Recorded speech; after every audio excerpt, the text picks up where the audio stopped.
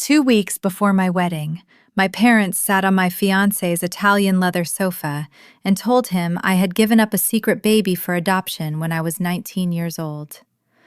My mother, Diane, folded her hands in her lap like she was at church. "We didn't want to be the ones to tell you, Marcus, but you deserve to know who you're marrying." Marcus didn't move. He sat across from them in the wing-back chair he'd inherited from his grandfather, one ankle crossed over his knee, and he looked at them the way he looked at opposing counsel right before he destroyed their case. "I know," he said. My father, Gerald, leaned back with a satisfied little exhale, like a man who'd just watched his opponent fold. My mother's mouth curved into the beginning of a smile. They thought they'd won. Then Marcus finished his sentence. "I know that the baby wasn't Dana's. I know whose it was, and I know exactly what the two of you did to bury it." He reached beside his chair and lifted a thick, black binder onto the coffee table between them. It landed with a heavy, final sound, like a door closing somewhere it could never be opened again. My father's face went the color of old newspaper. Before I tell you exactly how my fiancé took my parents apart in their own carefully rehearsed lie, let me ask you something. Has your family ever tried to burn down your future just to protect a story they told about themselves? If you know that particular kind of cold, hit like and subscribe to Quiet Storm Stories, and tell me in the comments how old you are and where you're watching from tonight. I read every single one.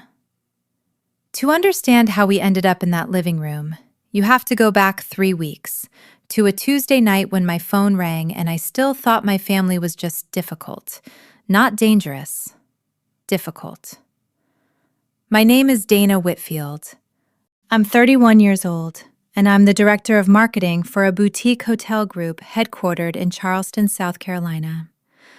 My days are spent writing copy about wrought iron balconies and low country sunsets.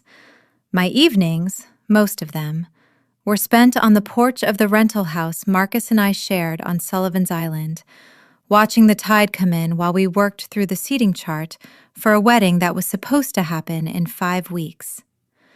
We had budgeted $38,000 for that wedding. We had a venue deposit down at a plantation-style estate outside town, a photographer booked a year in advance, and a guest list of 120 people, including my extended family, who I had spent my entire adult life trying to make proud of me. That Tuesday night, my phone rang at 8:40 p.m. My mother never called just to talk. She called when she needed something, and she always skipped the hello. "Dana, we have a situation." I set my glass of Sauvignon Blanc down on the porch railing. The condensation left a ring on the wood I'd have to wipe up later. "What kind of situation?" "It's your sister." My mother's voice dropped into the register she used for tragedies, real or invented. "Chelsea is in trouble.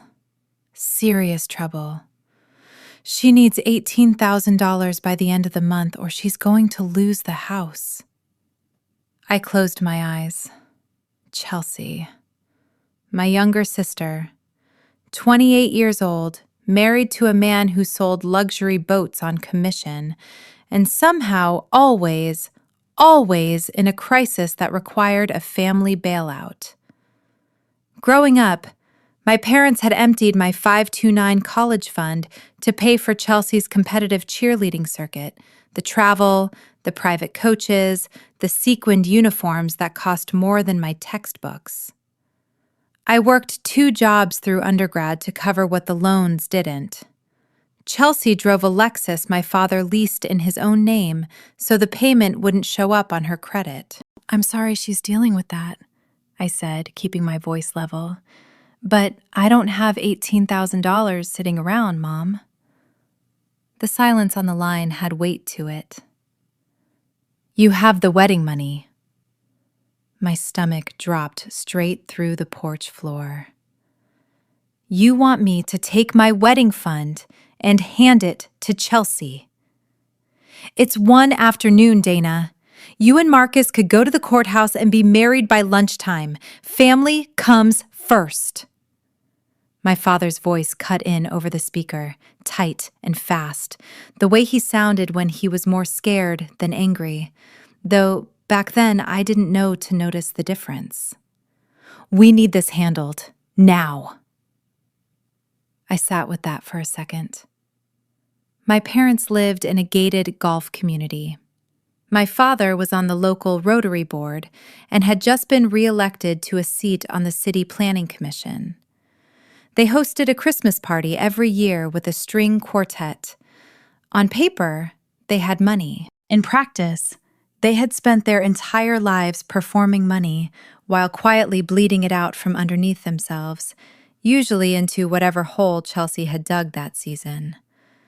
But there was something in my father's voice that night that didn't fit the usual script. It wasn't just impatience.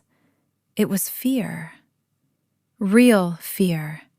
The kind that leaks out from underneath a person no matter how hard they try to keep it in. I didn't understand it yet. I just knew I wasn't giving them the money.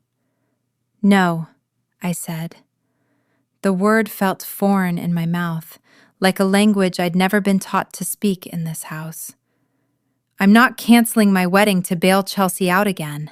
Not this time. The line went dead silent. When my mother spoke again, her voice had turned to glass. If you're going to be this selfish, don't expect us at your wedding at all.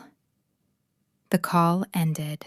I stood on the porch, listening to the tide roll in over the marsh grass, and underneath the anger, I felt something colder settle into my chest. A knot I recognized from childhood but hadn't felt in years. My parents did not walk away quietly when they didn't get what they wanted. They had never, not once in my life, simply accepted no. I just didn't know yet how far they were willing to go to make me pay for saying it. 3 days passed after I refused to hand over the wedding fund.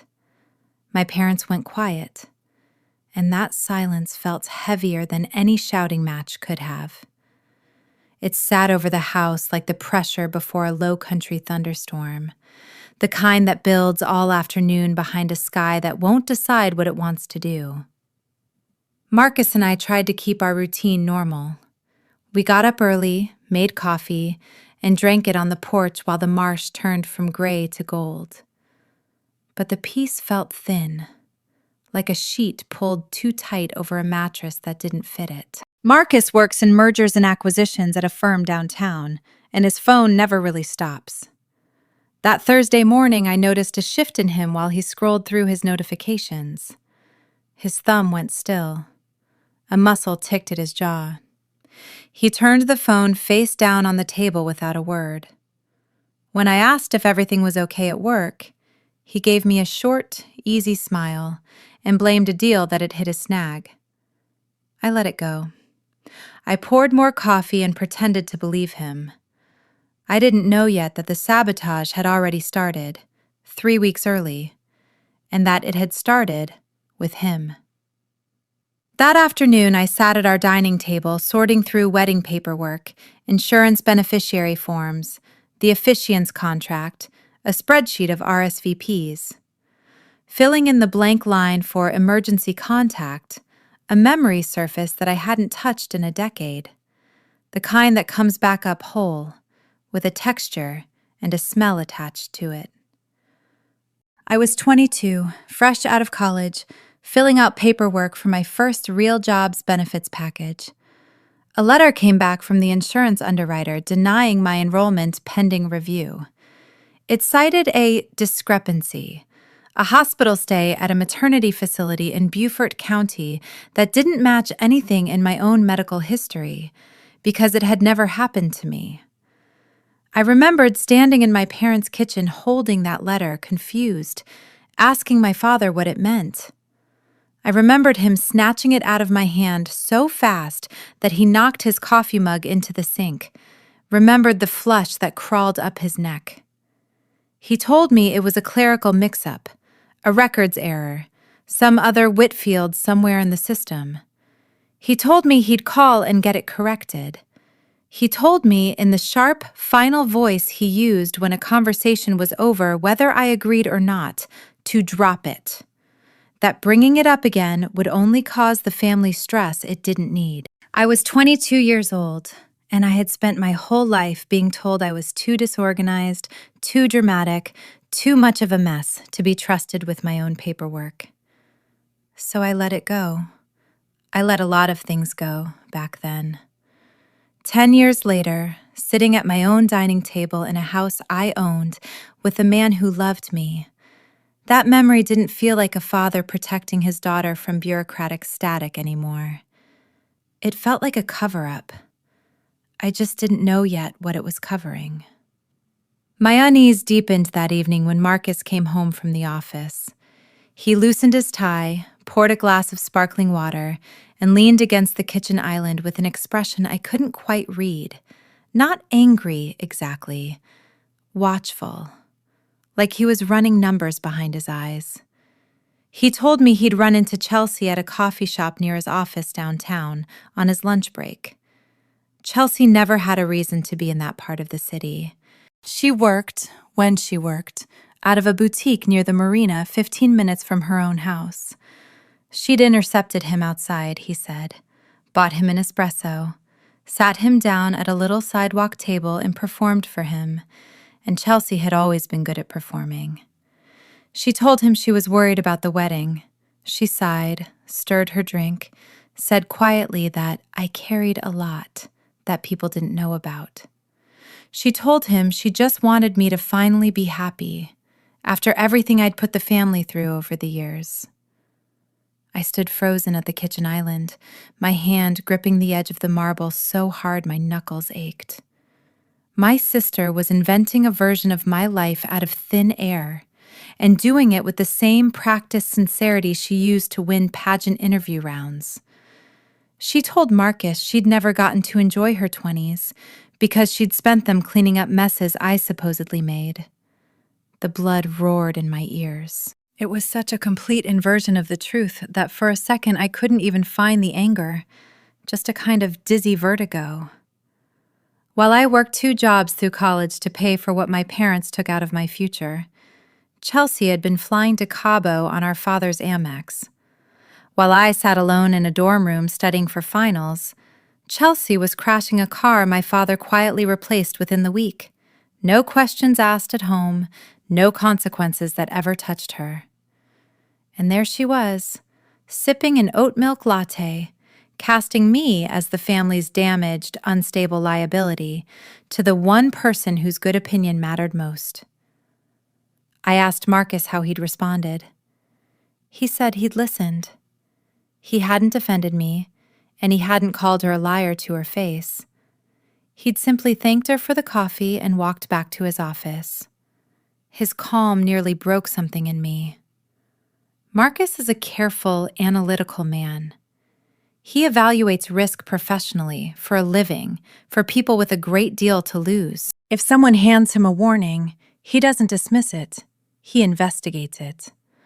My parents knew that about him, on some instinctive level, even if they'd never have put it in those words. They weren't trying to start a fight. They were planting a single seed of doubt, and they were patient enough to let it grow on its own. I wanted to grab him by the shoulders and beg him to see through it, but 10 years of training held my hands at my sides. If I reacted too hard, too fast, too emotionally, I would only be proving Chelsea's story true in real time. I would look exactly as unstable as she'd said I was. So I swallowed it. I asked what he wanted for dinner. I changed the subject like my life depended on it, because some old, buried part of me was convinced that it did. The true weight of what my family was doing didn't hit me until the next afternoon, when Marcus went golfing with a client and I had the house to myself. I was tidying his home office, returning a pen to the cup on his desk, when I noticed a single sheet of paper sitting alone in his printer tray. I wasn't trying to snoop. The bold black text just caught my eye from across the room, the way a siren catches your ear before you even register the sound as a siren. It was a printed screenshot of a direct message sent to Marcus through a professional networking site from a blank, faceless profile with no name attached. One paragraph, cold and precise. "You're making a mistake. You don't know the real Dana Whitfield. Ask her about the baby she gave away and never told anyone about. Ask her family why they've spent 13 years covering for her. Do your research before you marry a woman who lies for a living." The floor seemed to tilt under me. I put a hand flat on the desk to keep from going down. Baby. Gave away. 13 years. The lies had stopped being vague coffee shop whispers and become something else. A deliberate, engineered attack, sent through a fake account built for the sole purpose of finding my fiancé where he worked. But the part that frightened me most wasn't the message itself. It was that Marcus had printed it and hadn't said a word to me about it. He'd told me about the coffee shop. He'd hidden this. Was he building a file on me without telling me? Was his careful, methodical mind quietly gathering evidence to confront me with later, the same way he'd confront a fraudulent contract? I backed out of the office and shut the door as gently as I could, my hands shaking too hard to turn the knob smoothly the first time. Somewhere in the last 3 weeks, a seed of doubt had been planted in the mind of the man I loved, and I had no way of knowing yet whether it had already started to take root. The sabotage moved out of the shadows and into daylight on a Monday morning. I was at my desk at the hotel group's downtown office, finalizing a vendor contract for a fall corporate retreat, when I remembered I needed to check the shared wedding spreadsheet to confirm a few dietary restrictions for extended relatives. My mother had insisted on managing that particular file months earlier, back when she was still performing the role of supportive mother of the bride. I clicked the link saved in my browser. A gray error screen loaded instead. Access denied. Contact the file owner for permission. I refreshed the page. Same message. I opened my phone to text her, assuming a glitch, and that's when I saw it sitting in my notifications. Flat and small and final. Diane Whitfield removed you from Whitfield Family Group Chat. I stared at the gray text until the letters blurred together. I checked the shared photo album next. Gone. The folder with our old holiday trip itineraries. Gone. With a few taps on a phone screen, my parents had erased me from their digital lives, cleanly and completely, the way you delete a contact you no longer need. A wave of nausea moved through me, old and familiar. This wasn't the first time my family had made me disappear to prove a point. I was 15 the summer I won a scholarship to a 2-week marine science camp on Edisto Island. I came home glowing, sunburned, prouder of myself than I'd ever been. I dragged my duffel bag down the hallway to my room and stopped in the doorway. My bed was gone. My posters had been stripped off the walls and painted over in a pale blush pink. New white built-in shelving lined the perimeter, already filled with Chelsea's growing collection of pageant sashes and trophies. My mother came up behind me in the hallway and mentioned, almost as an aside, that Chelsea needed the bigger room for her costume storage now. She told me I could sleep in the room over the garage. The message back then was as clear as it was now. I was a guest in my own family, easily rearranged, easily removed, replaceable the moment someone more valuable needed the space I occupied. The digital lockout 13 years later was just the same lesson delivered through a different medium. The real strike came the following evening. Marcus and I were in the kitchen, him chopping vegetables for dinner while I poured a glass of wine. His phone buzzed on the counter. He glanced at the screen and his knife stopped mid-motion. He picked it up, read whatever it said twice, and set it back down with his jaw tight. "Your father just texted me," he said. "He wants to take me to dinner tonight, just the two of us, at that steakhouse downtown. Says he wants to talk about a wedding gift." My grip tightened around my glass stem hard enough that I worried, distantly, about it snapping. "It's not about a gift, Marcus. They want you alone so they can poison you against me. Please don't go." He set down the knife, wiped his hands, and crossed the kitchen to me. He framed my face in his hands, and his voice was calm in a way that should have reassured me, and somehow didn't. "I deal with people trying to manipulate me for a living," he said.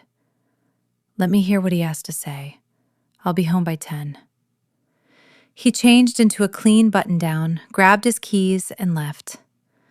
I spent the next 3 hours pacing the hardwood floors, listening to the wind pick up outside, feeling dread build in my chest like a tide with nowhere to go but up. I knew how my parents operated in private, one-on-one, without an audience to perform for.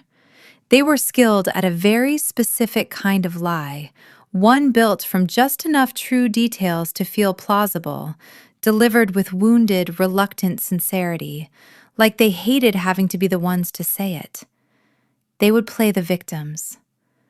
They would look Marcus in the eye and gently warn him that he was about to marry someone unstable, someone hiding something, someone he didn't fully know.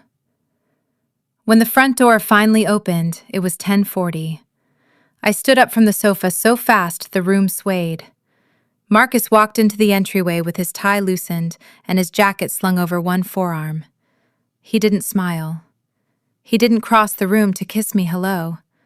Whatever warmth he'd left the house with hours earlier was gone, replaced by something rigid and cool that I had never once seen on him before. He walked past me to the kitchen island, skipped the wine rack entirely, and poured himself 2 fingers of bourbon, neat. "How did it go?" I asked, and my voice came out smaller than I wanted it to. He didn't answer right away. He drank half the glass in one motion, set it down, and looked at me for a long moment before he finally spoke. "Your father cried," he said. "At one point, in the middle of a steakhouse, your father put his face in his hands and cried." That surprised me more than almost anything else could have. I had seen my father angry more times than I could count. I had never once, in 31 years, seen him cry. "What did he say?" Marcus exhaled slowly through his nose. "He told me you had a baby when you were 19, that the family paid to keep it quiet, sent you away for a semester, and that you've spent the last 12 years lying about it to everyone, including me.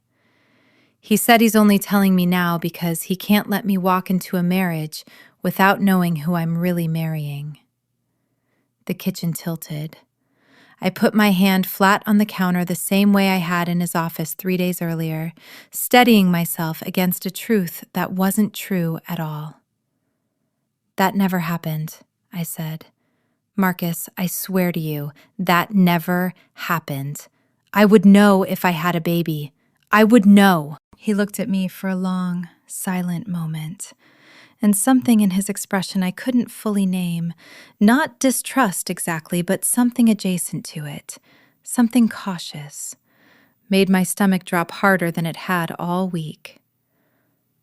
"I believe you," he said finally, "but I need you to understand something.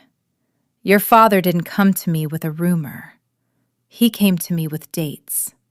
A semester you took off from school, a gap in your class schedule he could name off the top of his head. He was too specific to be improvising, Dana. Either your father is a much better liar than I've ever given him credit for, or something happened in this family 13 years ago that has nothing to do with you, and everything to do with why they need you to carry it. I sat down hard on one of the kitchen stools, my legs no longer fully trustworthy under me. Because he was right. There had been a semester, the fall of my sophomore year of college, when I'd taken a leave for what my parents told everyone was mono, and I'd come home for 6 weeks to recover at a family friend's lake house 2 hours inland, away from campus, away from anyone who knew me. I remembered it. I remembered it being real. I had simply never once in 13 years questioned whether the reason I'd been given for it was true.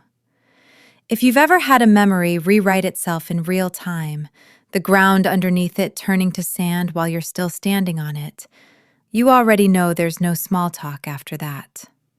Hit like and subscribe to Quiet Storm Stories if this story feels close to home so far, and stick with me, because it gets worse before it gets better. I didn't sleep that night. I lay next to Marcus in the dark, listening to his breathing even out into something like sleep, and I went back through that fall semester piece by piece, the way you press on a bruise to see how deep it goes. I remembered my mother packing my bag for me, insisting on it, saying I was too weak from the virus to do it myself. I remembered being driven to the lake house by my aunt, not my parents, both of whom claimed to be too busy with Chelsea's cheer regionals that week.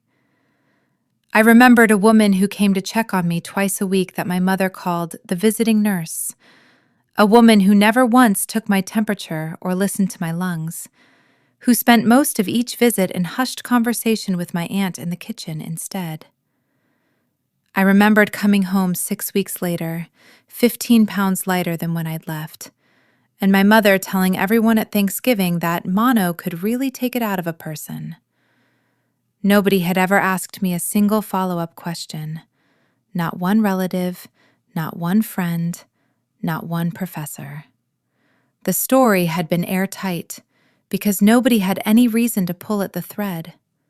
Why would they? 19-year-old girls get mono. It happens. It's boring. It's the kind of story nobody thinks to check. Except I had never had mono. I had never been tested for it, never taken medication for it, never once felt sick that fall beyond a bone-deep exhaustion I'd chalked up to homesickness at the time. Somewhere around 3 a.m, lying rigid and wide awake next to the man I was supposed to marry in 5 weeks, one name kept surfacing in my mind, over and over, no matter how many times I tried to push it back under.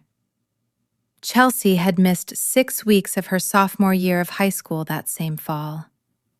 I remembered it because I remembered feeling, even at the time, a flicker of unfairness that nobody seemed to notice her cheer captain lost her spot on the competitive squad that season, while I was 2 hours away, supposedly recovering from a virus. I remembered my mother explaining it away as Chelsea catching whatever I'd had. Some kind of family outbreak. It had made sense at the time because nothing about that fall had made sense, and I hadn't had the energy left over to interrogate any of it. I didn't sleep. By the time the sun came up over the marsh, I had a headache behind my eyes, and a theory forming behind it that I was too frightened to say out loud, even to myself, even in the privacy of my own skull.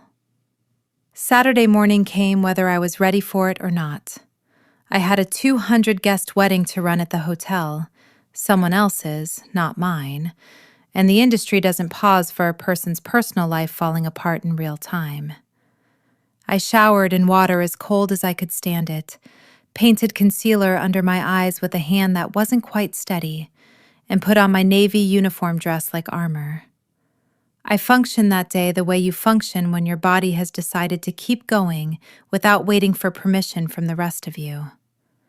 I directed the florists. I fixed a bridesmaid meltdown over shoe color with a glass of champagne and a soothing voice that belonged to a version of me who wasn't currently unraveling from the inside out.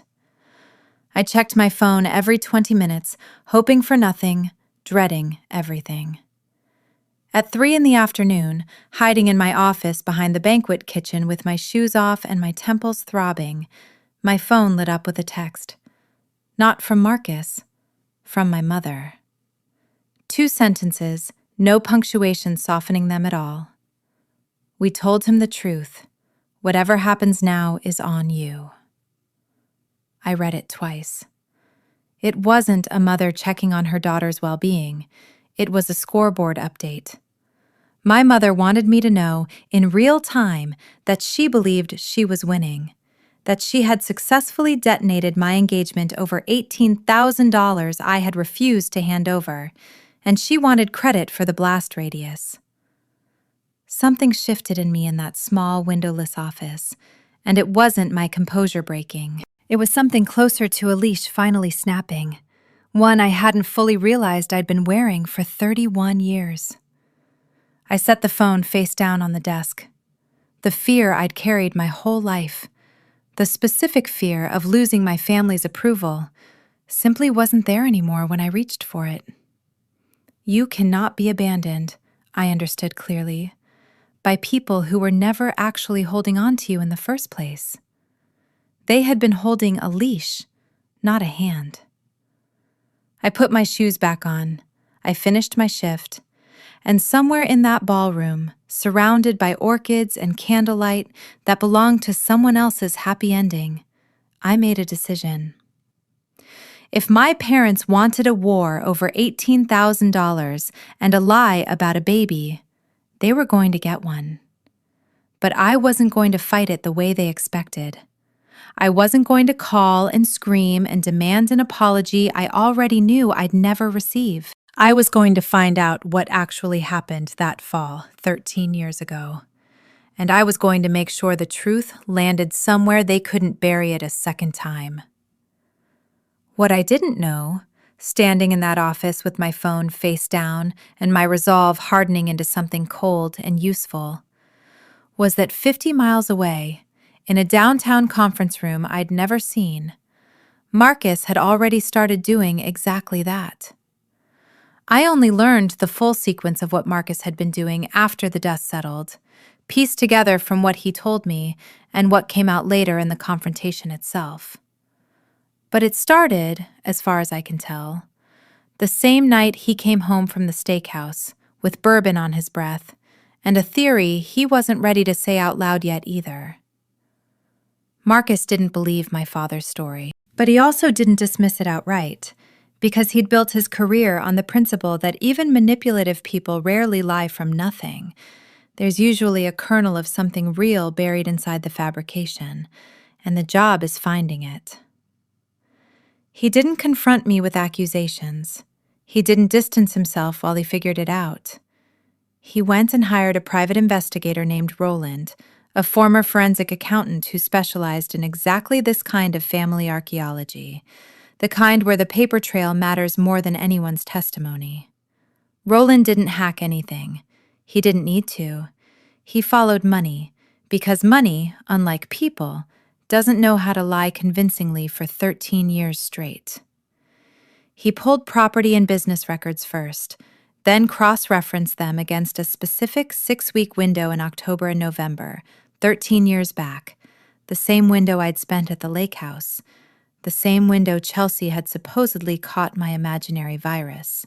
He found a cash withdrawal from a secondary account controlled by my father, made 2 days before I was sent to the lake house. Large enough that it should have shown up somewhere as a taxable transfer, and conspicuously didn't. He traced that cash to a private maternity and postpartum recovery facility located 90 minutes inland, a discreet operation that advertised nowhere, took no insurance, and existed almost entirely to serve wealthy families who needed a pregnancy handled quietly, off the books, away from small-town gossip. The kind of place that took cash up front specifically so there would be no digital footprint for anyone to find later. Except there was a footprint. There's almost always a footprint, if you know which drawer to open. Roland found a former administrative assistant from the facility, laid off years earlier after a management change, who still had access to a personal archive of old client intake files she'd kept as a kind of insurance policy against being blamed for anything that ever went wrong there. For a fee that Marcus paid without blinking, she produced a photocopied intake and surrender packet from that exact 6-week window. The name typed at the top of the intake form was Dana Whitfield, age 19. Marcus told me later that his stomach had dropped reading it. Not because he believed it, but because for one terrible second, the paper in front of him said something different than what he'd chosen to believe about me. Then he looked at the signature at the bottom of the surrender agreement, and something in him settled instead of spiraled. He knew my handwriting. He'd read a decade of grocery lists and birthday cards and the loopy, slanted signature I use on everything from wedding vendor contracts to the back of restaurant receipts. The signature on that surrender form wasn't mine. It wasn't even a good forgery, round where mine is sharp, careful where mine is fast.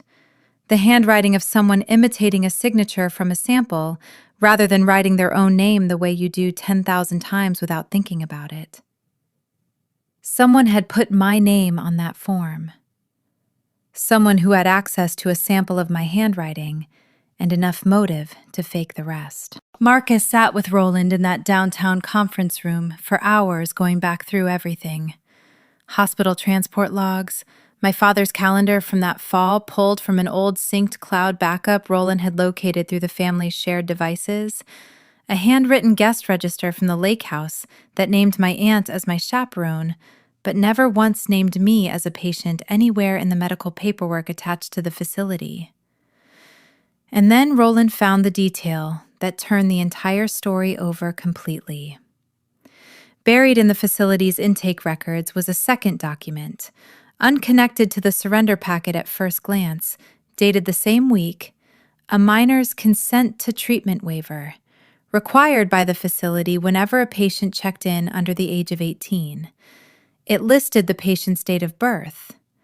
The date of birth on that consent form didn't match mine. It matched Chelsea's, down to the day. Marcus stared at that page for a long time, he told me later. Doing the math the way you do math you desperately don't want to be doing. Chelsea would have been 15 that fall.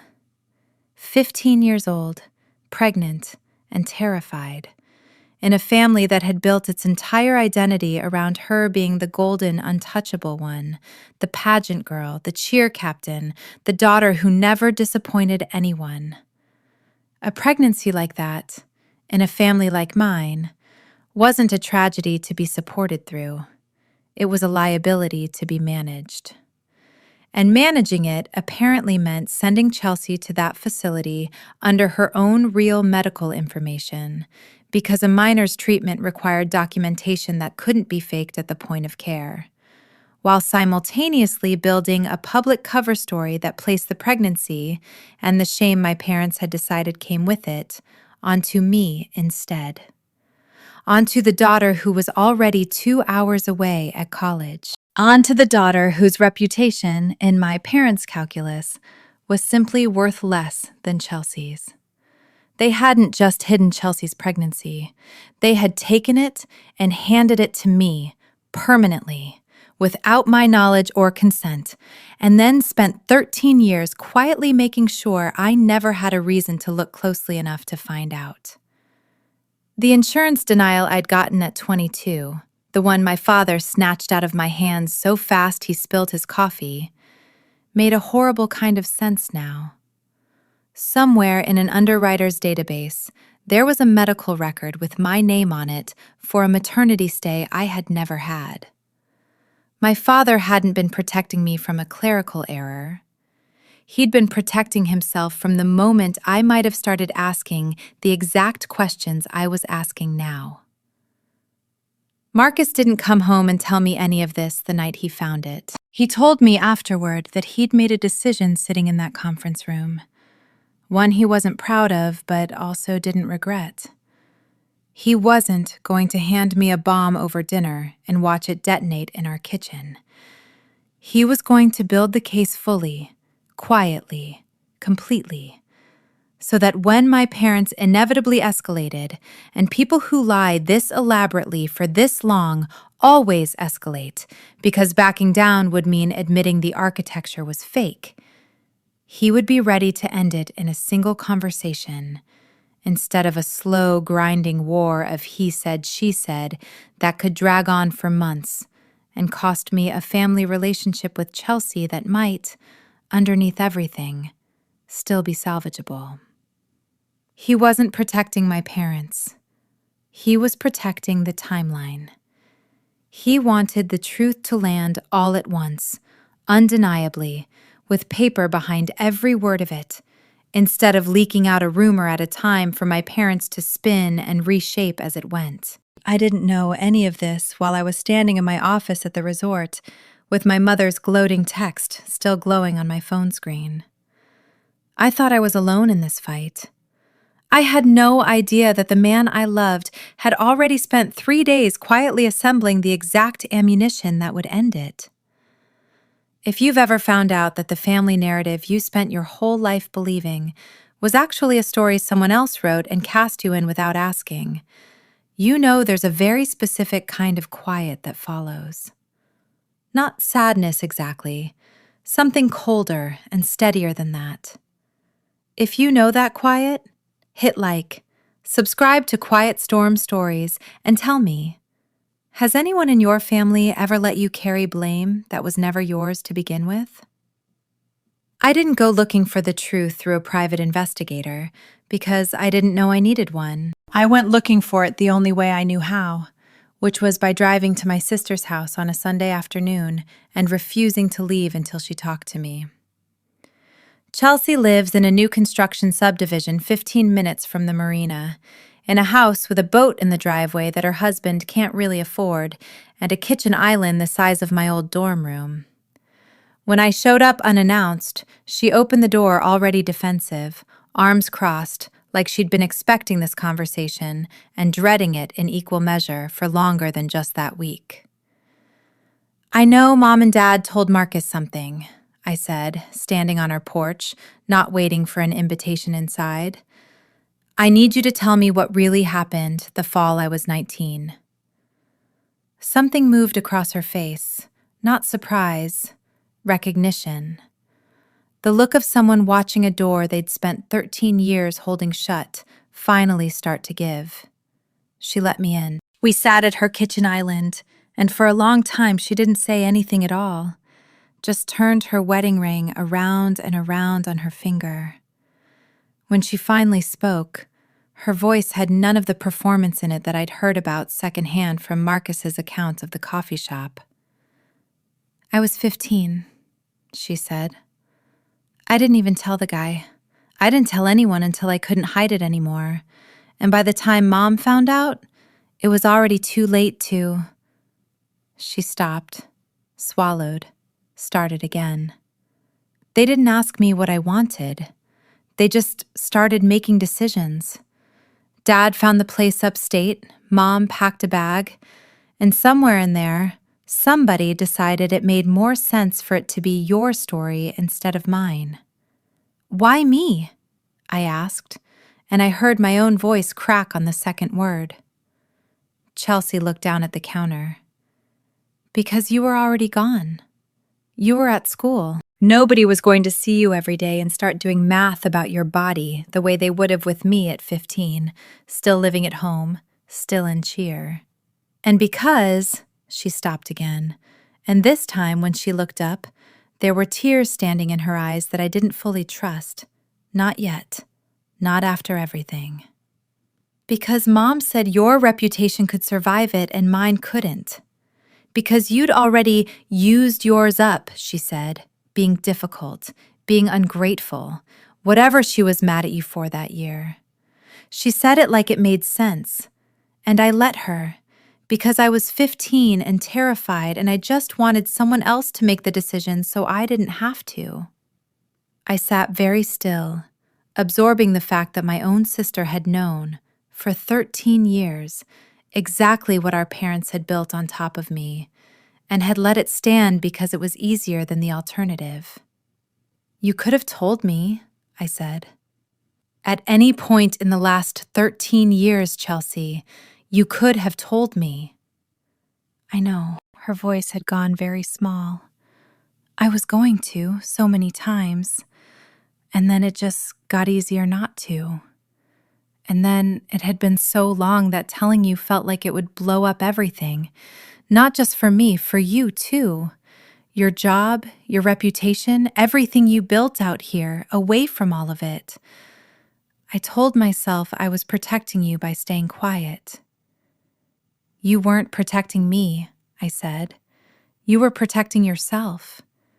And this week, when Mom and Dad needed a way to punish me for saying no to bailing you out again, you let them use the exact same lie a second time. Except this time you helped.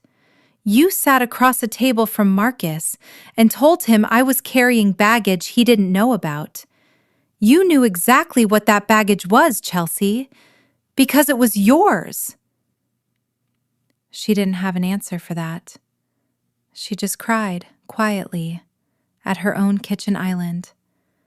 And I sat there and let her, because I didn't have the energy left to comfort her, and I wasn't sure yet that I owed her any. I left without resolving anything between us. But I left with something I hadn't had walking in. Confirmation, straight from the source, that the story wasn't just wrong. It had been built on purpose, and built specifically to be pointed at me the moment it became useful. The 2 weeks that followed were the strangest of my life. On the surface, wedding planning limped forward. Marcus and I still met with the florist, still finalized the menu, still smiled through a cake tasting neither of us fully tasted. Underneath it, something else was happening entirely. Marcus grew quieter, more deliberate, spending evenings in his office with the door mostly closed, always emerging afterward calm in a way that felt less like avoidance and more like preparation, though I didn't understand what for. My parents, for their part, didn't back off. If anything, having landed what they believed was a devastating blow, they escalated. My mother started calling my aunts, my father's sister, even a cousin I hadn't spoken to since a wedding 6 years earlier, not to apologize for anything, but to get ahead of the narrative, as my aunt later described it to me, mortified, once she understood what had actually been happening. My mother was recruiting an audience for my humiliation before I'd even had the chance to defend myself to a single one of them. I found out about most of these calls only after the fact, in the wreckage, when relatives who'd been fed a version of the story called me directly to ask, with varying degrees of tact, whether it was true that I'd hidden a child for over a decade. I didn't scream. I didn't cry on the phone with any of them, though God knows I wanted to. I told each one the same thing. I don't have an answer for you yet, but I will, very soon, and it will be the whole truth, not a piece of it. Please wait for that before you decide anything about me. Most of them agreed to wait. A few didn't, and canceled their RSVPs to the wedding before I'd even had a chance to send out invitations with the new venue, in case this one fell through underneath me too. 10 days before the wedding, my father called Marcus directly and asked to come by the house, him and my mother both this time, not just him, to clear the air before the ceremony. He framed it as a peace offering. He said they wanted to make sure everyone started the marriage with a clean slate. Marcus told him to come Thursday at 7.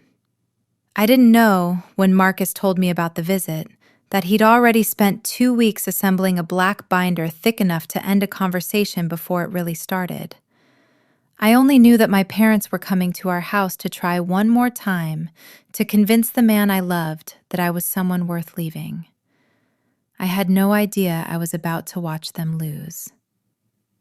Thursday evening arrived humid and still, the kind of low-country evening where the air feels thick enough to chew. My parents pulled into our driveway at exactly 7 o'clock. My mother in a cream blouse she reserved for occasions where she wanted to look like the reasonable one. My father in a golf polo that made him look smaller and more ordinary than the version of him that lived in my memory. I let them in. Marcus stood to greet them with the same easy professional warmth he'd extend to a client, which I now understood was a tactic, not a feeling. He wanted them relaxed, wanted them talking freely, wanted them to believe, right up until the moment they didn't, that they still had the upper hand. We sat in the living room. My mother took the sofa, my father beside her, and I sat in the armchair by the window, my heart hammering so hard I was sure they could hear it. Marcus took the wing-back chair across from them, unhurried, a glass of water on the side table he never once touched. My mother started, as she always did, with concern dressed up as love. "We just want to clear the air before the wedding," she said. "We don't want any of this hanging over the day." "We appreciate that," Marcus said. "Why don't you start by telling me again what you told me at the steakhouse?" My mother glanced at my father, some silent negotiation passing between them, and then she folded her hands the way she had at church her whole life, the posture she used when she wanted to look like she was carrying a painful truth rather than delivering a weapon. "Dana had a baby when she was 19, she said, her voice pitched low and sorrowful, aimed at Marcus, not at me, like I wasn't even in the room to hear my own life described back to me wrong. "We handled it quietly to protect her future. We've carried that secret for 13 years to spare her the shame of it. And now that she's about to marry you, we felt you deserved the truth, even if it cost us our relationship with her." My father leaned forward, gripping his knees the way he did when he wanted to look like a man in pain, rather than a man caught. "She's never been able to face what she did. That's why she's so defensive whenever it comes up. We're not trying to hurt her, Marcus. We're trying to protect you." I sat frozen in my chair, watching two people who had raised me perform grief over a tragedy that had never happened to me, in my own living room, to the man I loved, with a straight face and 13 years of practice behind it. Marcus didn't blink. "I know," he said. My parents exchanged a look, a small private spark of triumph, the look of two people who believed they'd just watched their opponent surrender. Then Marcus finished his sentence. "I know that Dana wasn't the one who was pregnant that fall. I know it was Chelsea. I know she was 15. And I know that instead of supporting your youngest daughter through the hardest thing that had ever happened to her, the two of you decided it would be more convenient to put her situation onto your oldest daughter's medical record and let Dana carry a secret that was never hers for 13 years without her knowledge or consent." He reached down and lifted the binder onto the coffee table between us. It landed with a heavy, final thud against the glass. My father's face drained of color so completely and so fast that for a second I genuinely worried he was having a medical event. My mother's mouth opened, but nothing came out of it. "That's..." My father started and stopped and started again. "That's not... You don't understand the situation, Marcus. There's context you're missing." "There's a signed surrender form," Marcus said, calm and unhurried, opening the binder to the first tab, with Dana's name typed at the top and a forged signature at the bottom, which I've had independently compared against 10 years of her actual handwriting. There's a minor's consent to treatment waiver from the same facility, same week, listing Chelsea's date of birth. There's a cash withdrawal from your account 2 days before Dana was sent to a lake house you told everyone was for mono. There's a former employee of that facility who remembers exactly which family came through that fall, because it isn't every week a 15-year-old comes in with two parents and no explanation for why the paperwork doesn't match the patient. He turned the pages slowly, one at a time, letting each new document land in silence before moving to the next. "You didn't protect Chelsea," Marcus said. "You managed her, the way you'd manage a PR problem. And then you handed the cost of that management to Dana, who has spent 13 years thinking she survived mono, and who got flagged by an insurance underwriter at 22 for a medical history that was never hers, and who was told by her own father to never ask about it again." My mother found her voice first, and it came out sharp instead of contrite, the mask slipping entirely. "You have no right to go digging into our family's private business." "I have every right," Marcus said, "to investigate an anonymous account that stalked me on a professional networking site to warn me my fiancé was hiding a secret child. I have every right to ask questions when my future father-in-law cries at a steakhouse over a story that turns out to be fabricated. And I have every right to make sure the woman I'm marrying knows exactly what was done to her by the two of you before she spends one more year of her life apologizing for something she never did." My father tried one more angle, his voice rising into something closer to the tone I remembered from childhood.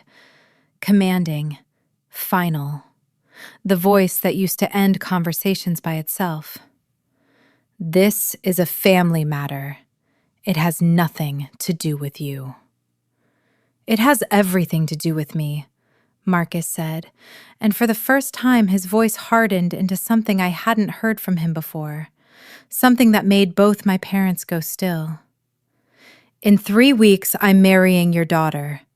The two of you sat in this room 15 minutes ago and lied to my face about the woman I love, in an attempt to make me question marrying her because she refused to give you $18,000 to bail out a debt that wasn't hers either.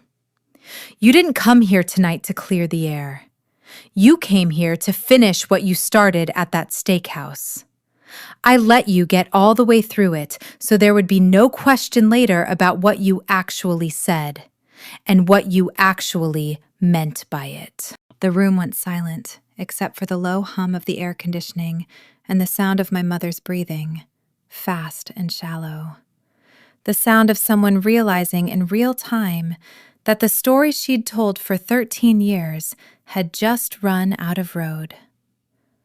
I finally spoke, and my voice came out steadier than I expected it to. "You let me believe I had mono," I said, looking at my father, not my mother, because some part of me still needed to hear it from him specifically. "You let me get denied insurance coverage at 22 and told me it was a clerical error.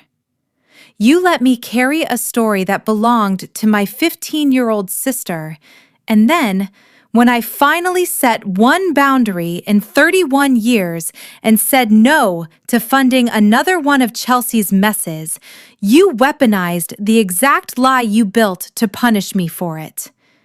You didn't just fail to protect me, you used me. For 13 years, you used me as a place to put something you didn't want to deal with." My mother's composure cracked all at once, and what came out from underneath it wasn't an apology. "We did what we had to do to protect this family's name in this town, Dana. Do you have any idea what would have happened to your father's career, to Chelsea's future, if word had gotten out that a 15-year-old... Do you hear yourself?" I said. "You're still defending it. Right now, with the proof sitting on the table in front of you, you're still explaining to me why it made sense." My father found something that might have been the beginning of genuine shame, or might have simply been the recognition that the room had turned against him completely. He sat back, rubbed a hand over his face, and said nothing else. My mother stood up abruptly, gathering her purse like she intended to leave with some shred of the upper hand still intact. "This isn't over," she said, to me, though her eyes flicked to Marcus and back. "You'll regret cutting us out of your life." "I already regret 31 years of it," I said. "I'm not going to regret this part." They left without another word. The front door closed, and the sound of it seemed to echo through the whole house. I sat in the armchair, shaking, and Marcus came and knelt in front of me, taking both my hands in his. "I should have told you what I was doing," he said quietly. "I didn't want to hand you a theory. I wanted to hand you proof, all at once, so nobody in that room could spin it into something smaller than it actually was. I'm sorry it took 2 weeks. I'm sorry you didn't know." I looked at him, at the man who had spent 2 weeks quietly building a case instead of quietly building doubt, who had chosen every single day of the hardest 2 weeks of my adult life to stand next to me instead of stepping back to figure things out. And something in my chest that had been braced for collapse since I was 15 finally, for the first time, allowed itself to unclench. "Thank you for not leaving," I said. "I was never going anywhere," he said. "I just wanted to make sure they couldn't ever pretend this didn't happen the way it happened." If you've ever watched someone who spent your whole life controlling the narrative finally lose control of it, you know it doesn't happen quietly. Hit like and subscribe to Quiet Storm Stories and tell me, when your family's version of you finally cracked open, did the truth spread faster than you expected, or slower? News like that doesn't stay contained, not in a family that had spent 2 weeks recruiting relatives to take sides before the truth was even out.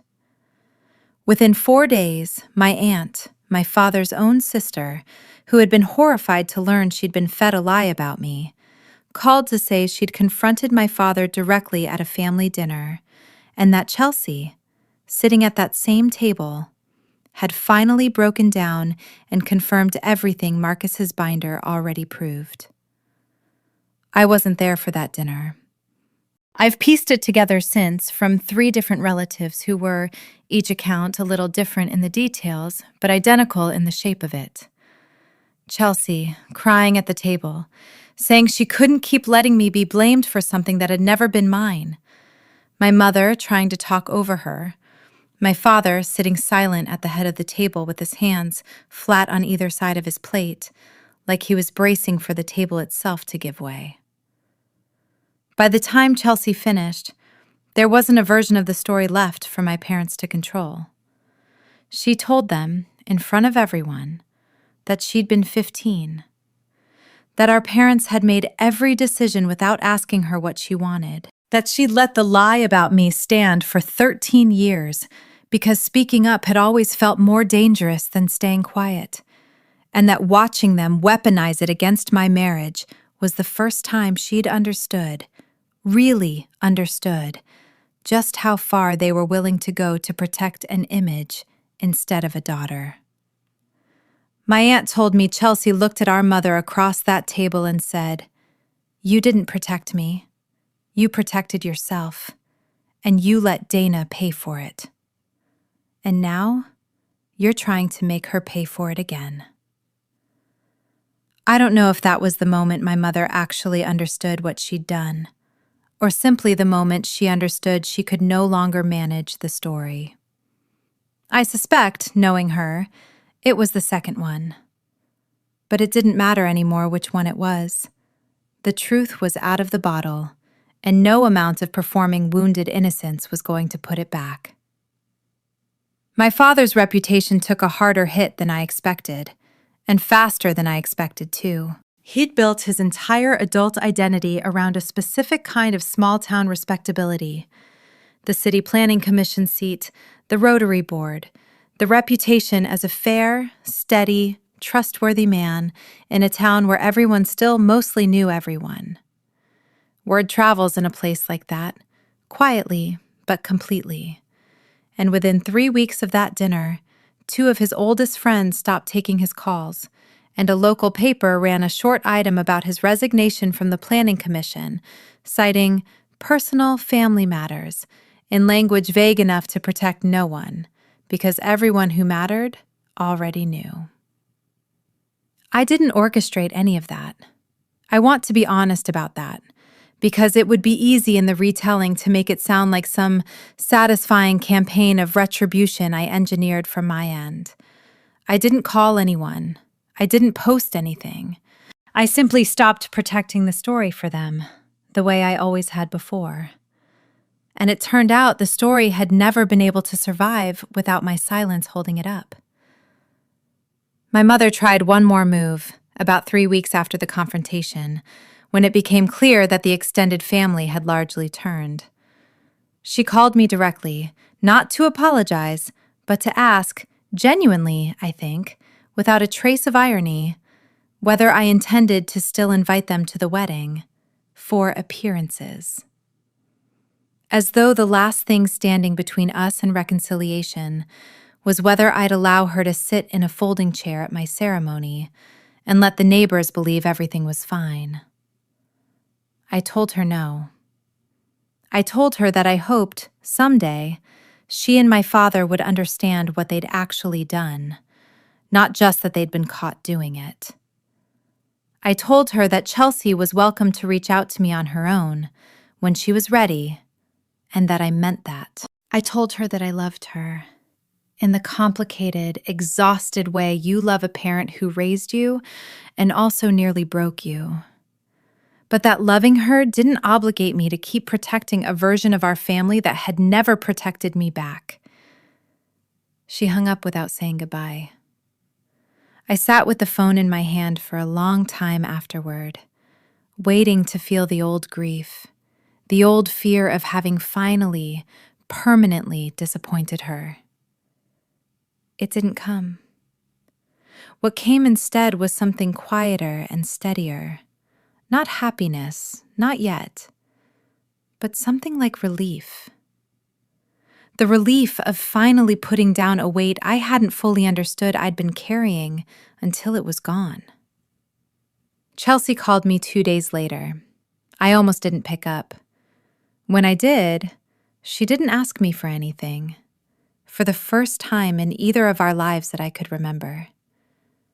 She just said she was sorry. Plainly, without performance, and that she understood if it took me a long time to believe her.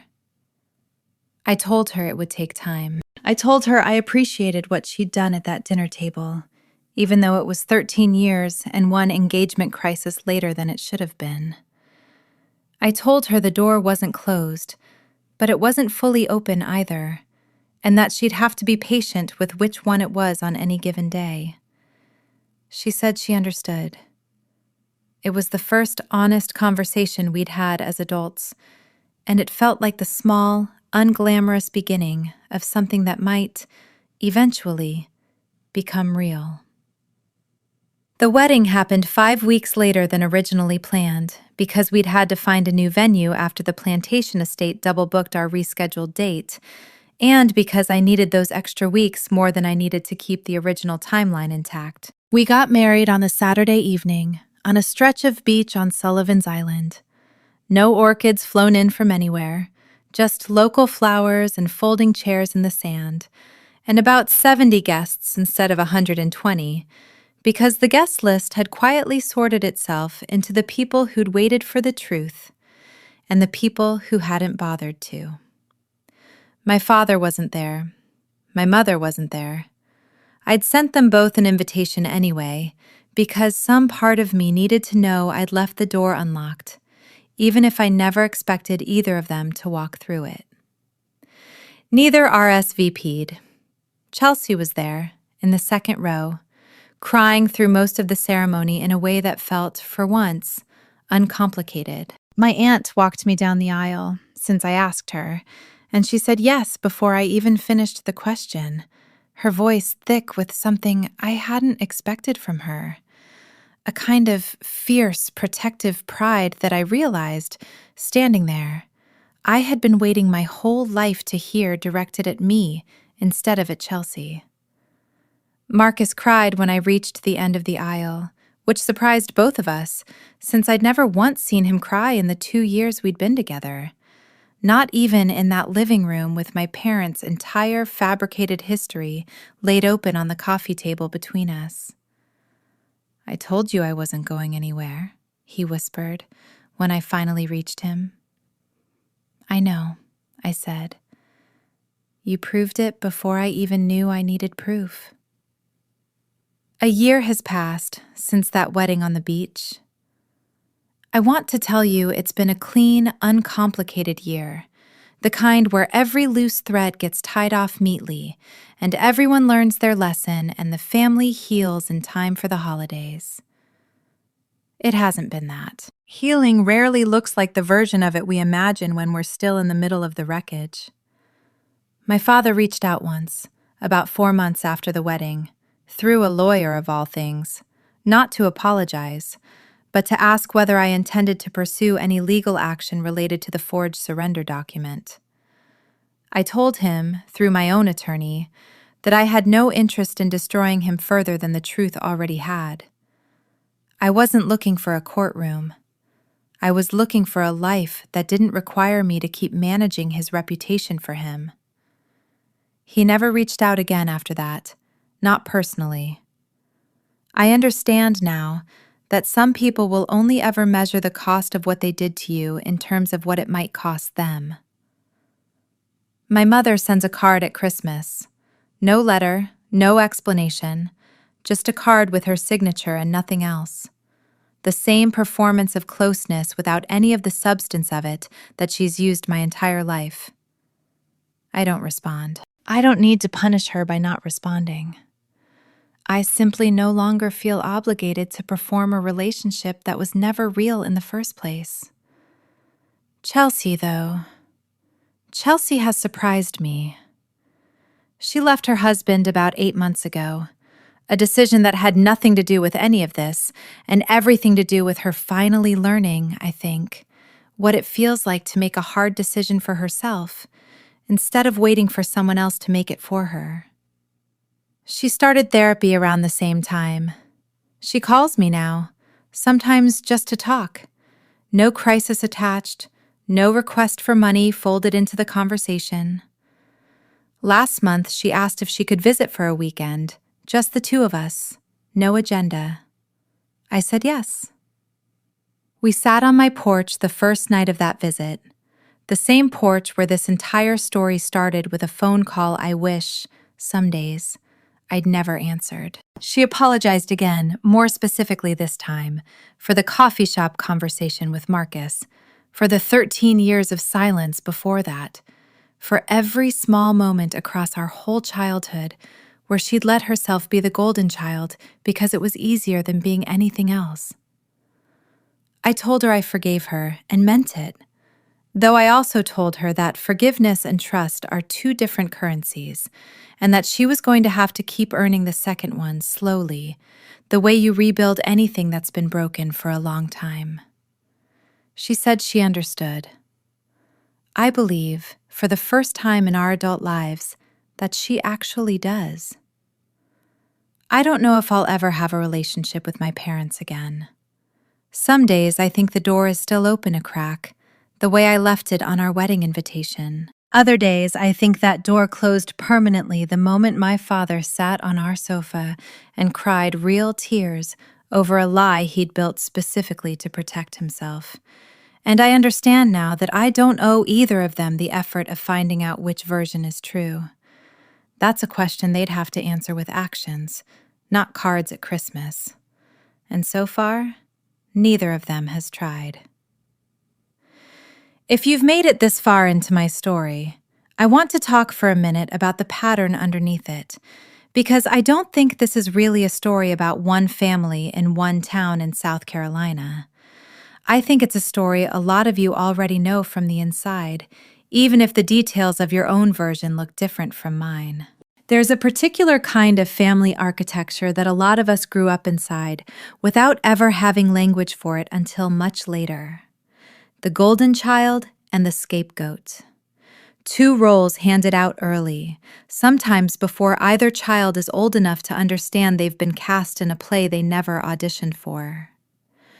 The golden child is protected at any cost, even when the cost is dishonesty, even when the cost is another sibling's entire reputation.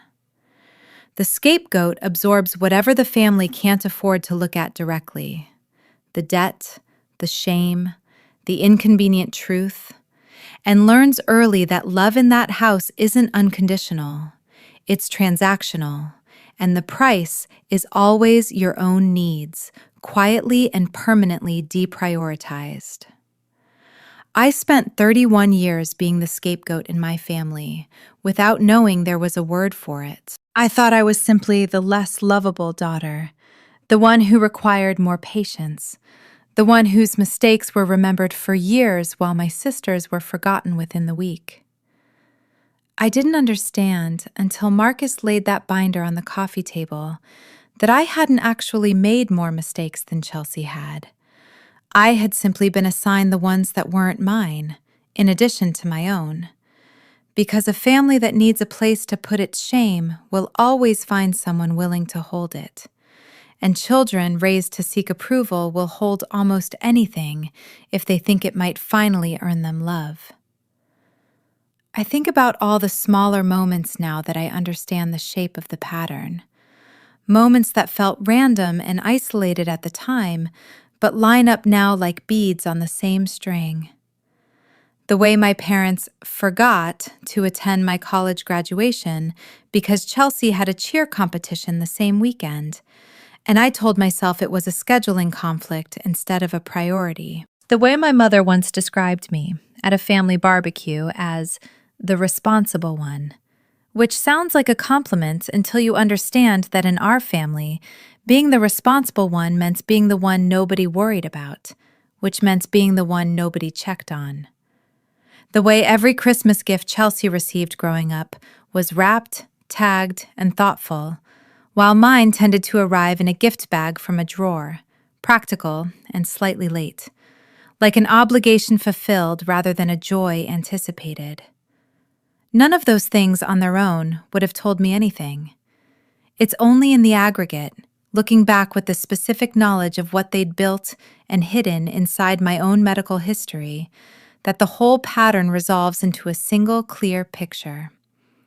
I was raised to be useful, not cherished. And for 31 years, I confused the two, because nobody in that house ever taught me the difference. Here's the thing I wish someone had told me 20 years earlier, and the thing I want to leave with anyone listening tonight who recognizes even a piece of themselves in what I've described. Being useful to a family that has cast you as the scapegoat is not the same as being loved by it. You can spend your entire life bending yourself smaller and smaller, trying to earn a seat at a table where the seating chart was decided before you were old enough to speak, and it will never be enough. Because the arrangement was never about your worth in the first place. It was about their comfort. Setting a boundary with people like that, the kind of boundary I set with a single phone call, the kind of boundary that started with the word no and ended, eventually, with an empty row of folding chairs at my own wedding, is not an act of cruelty, even though they will absolutely tell you it is. It is not selfishness, even though selfish is very often the exact word they'll reach for because it's the fastest way to make you doubt yourself back into compliance. It is survival. It is the most basic form of self-respect a person can practice, and it is available to you the moment you're ready to stop waiting for people who have shown you, repeatedly, exactly who they are. If you've ever had to become the villain in someone else's story just to become the hero of your own, I want you to know you're not alone in that particular, lonely kind of courage. Hit like, subscribe to Quiet Storm Stories, and tell me in the comments, have you ever set a boundary with family and had them rewrite the story to make you the bad guy for it? I read every single comment, and I promise you, you are not the only one down there tonight. There's a mythology a lot of us grow up inside without ever questioning it. A picture of family as an automatic, unconditional sanctuary. The idea that blood alone guarantees loyalty. That the people who raised you will always, by default, be your safest harbor. It's a beautiful idea. It's also, for a significant number of people, simply not true. And the gap between the mythology and the reality is where an enormous amount of quiet suffering lives. In a healthy family, children are held accountable for their own mistakes and loved through the process of learning from them equally, without a hierarchy of whose comfort matters more.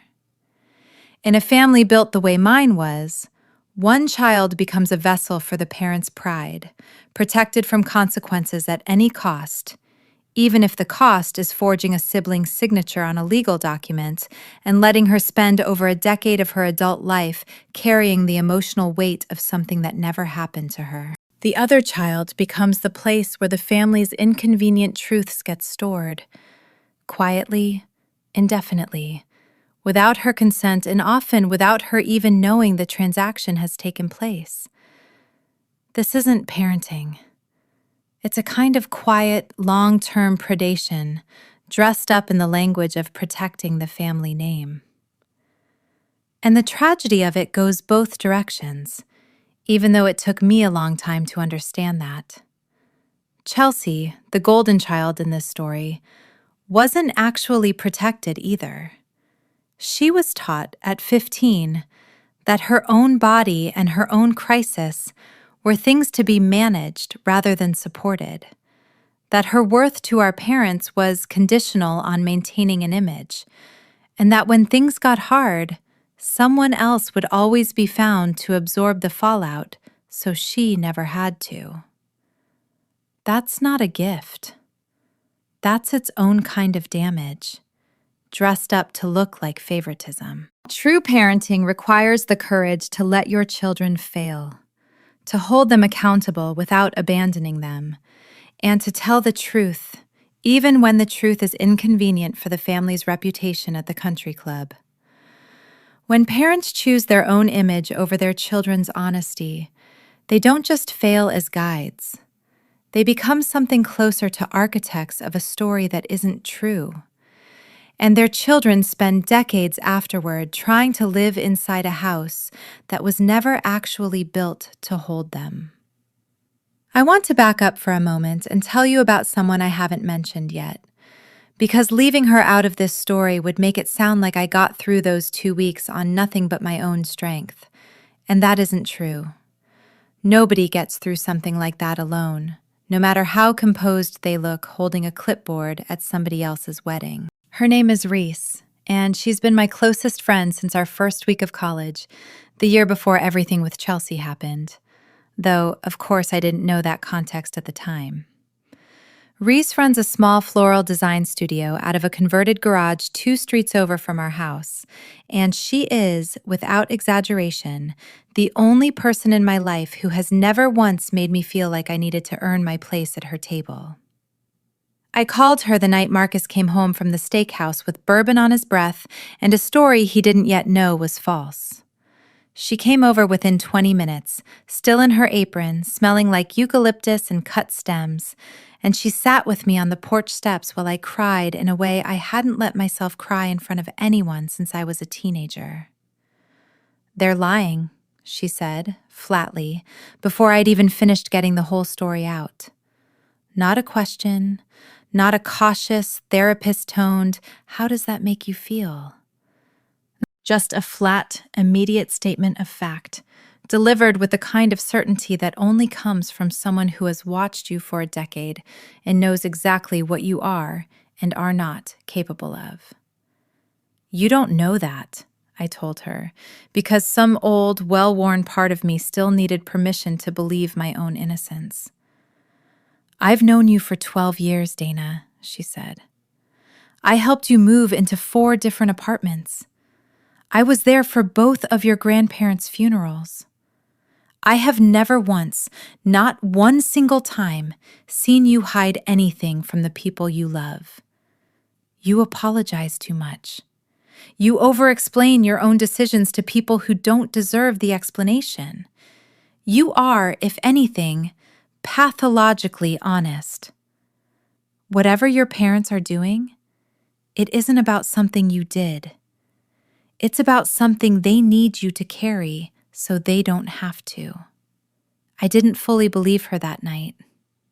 It took Marcus's binder 2 weeks later to hand me the proof my own certainty couldn't yet supply. But I've thought about what Reese said to me on that porch step many times since, because she was right about something before any of us had the evidence to back it up.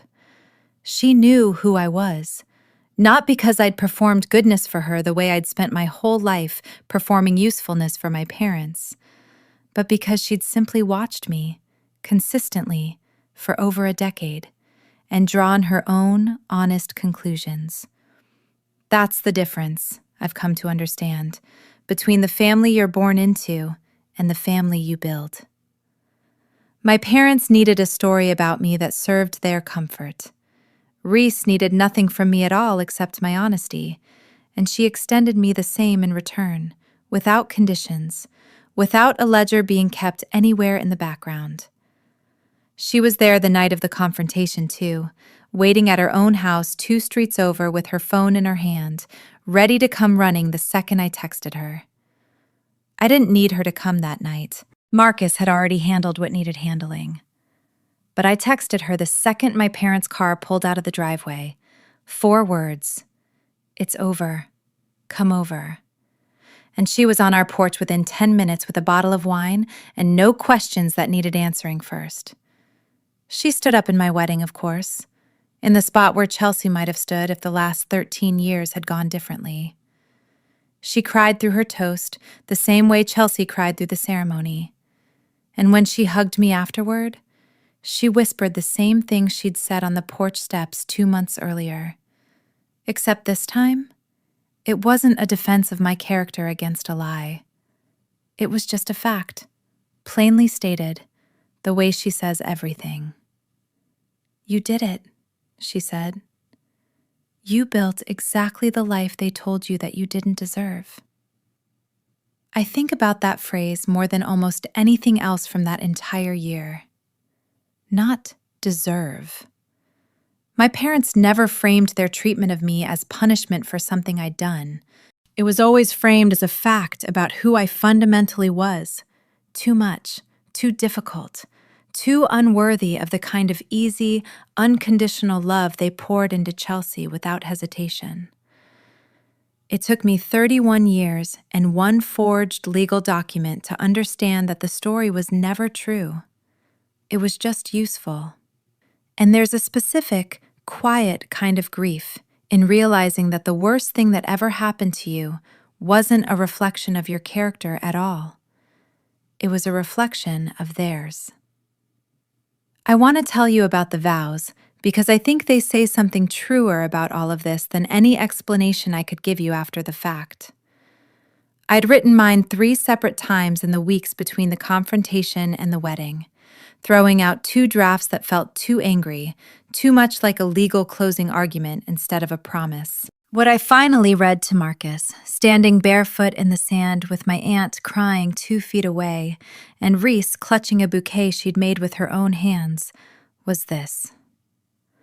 For most of my life, I believed love was something you earned through usefulness, through being quiet enough, agreeable enough, small enough to never be a burden.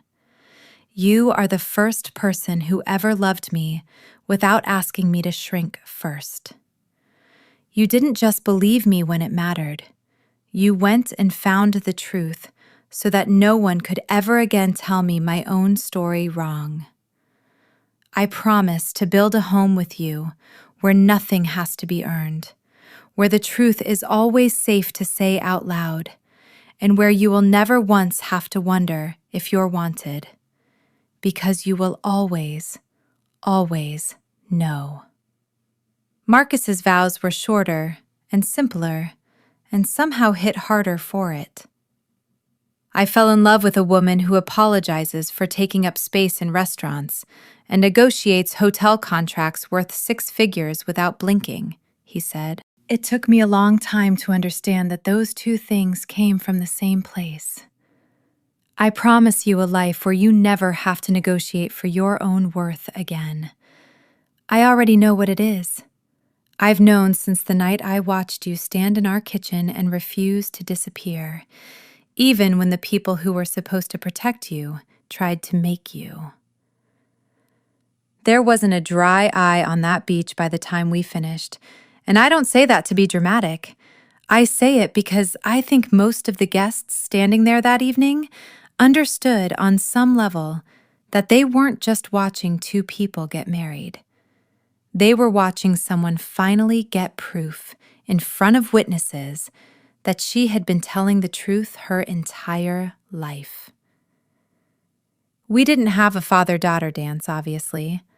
My aunt asked if I wanted her to fill that role, and I told her, gently, that I wanted the night to be about what was actually there, instead of a substitute for what wasn't. Reese and I danced together instead.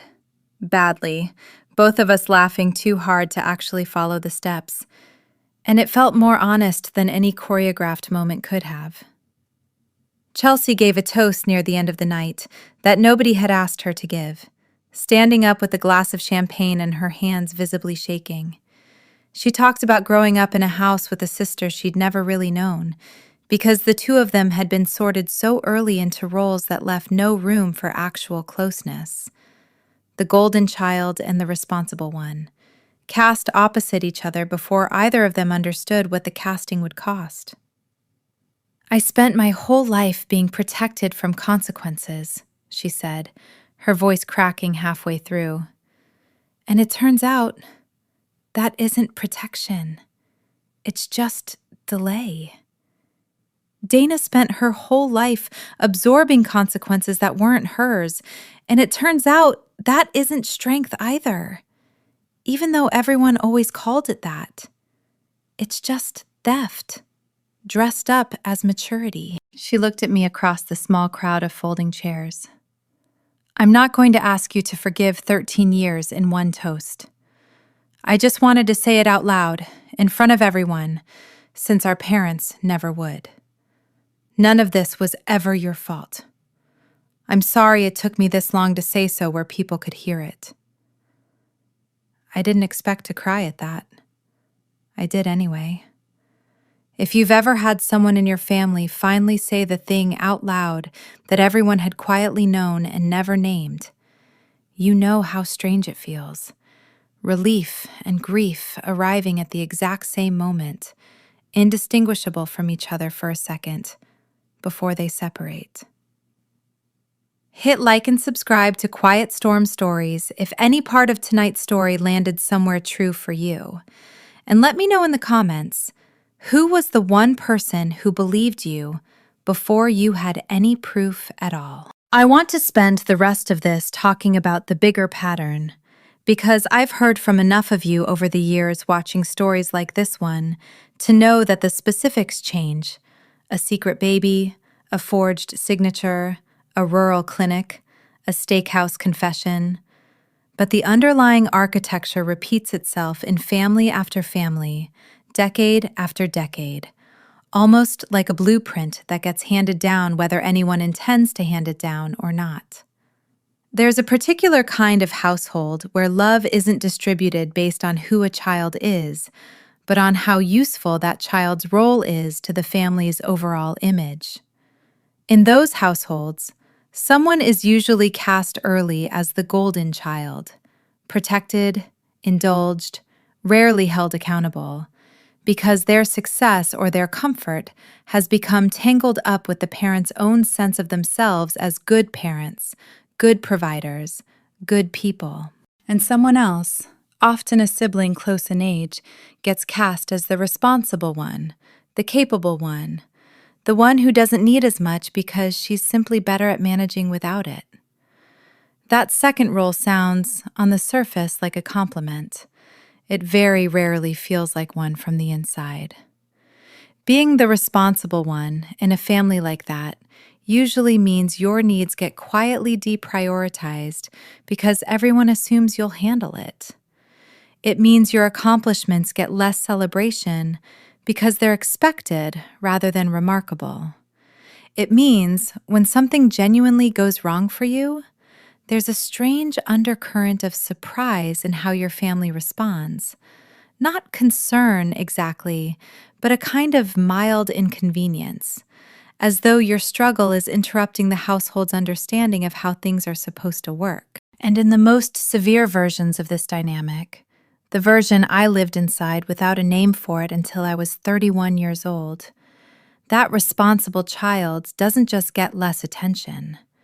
She becomes a place to put things, a repository for whatever the family can't afford to look at directly, the debt nobody wants to admit to, the mistake nobody wants attached to their name, the shame that threatens the family's story about itself.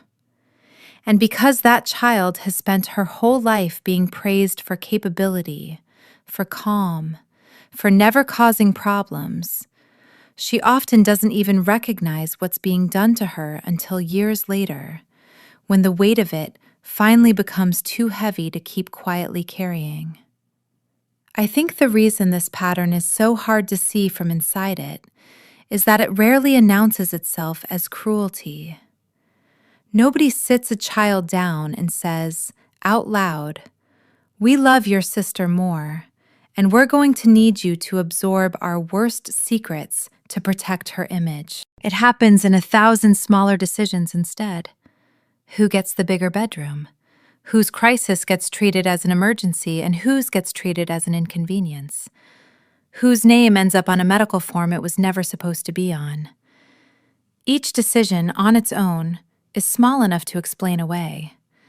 It's only when you finally have enough of them laid out together, the way Marcus laid mine out on a coffee table in a black binder, that the pattern becomes impossible to keep denying.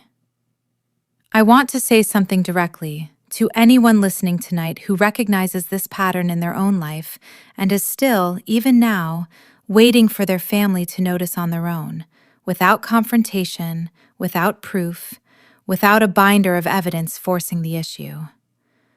I waited 31 years for that. It never happened on its own. It happened because someone finally refused to let the story stand unchallenged. And even then, it happened imperfectly and painfully, and with real losses attached to it. My father's reputation, my relationship with both parents, a version of my wedding day that included 2 empty folding chairs where 2 people who raised me should have been sitting. I'm not telling you this to discourage you from confronting your own version of this pattern.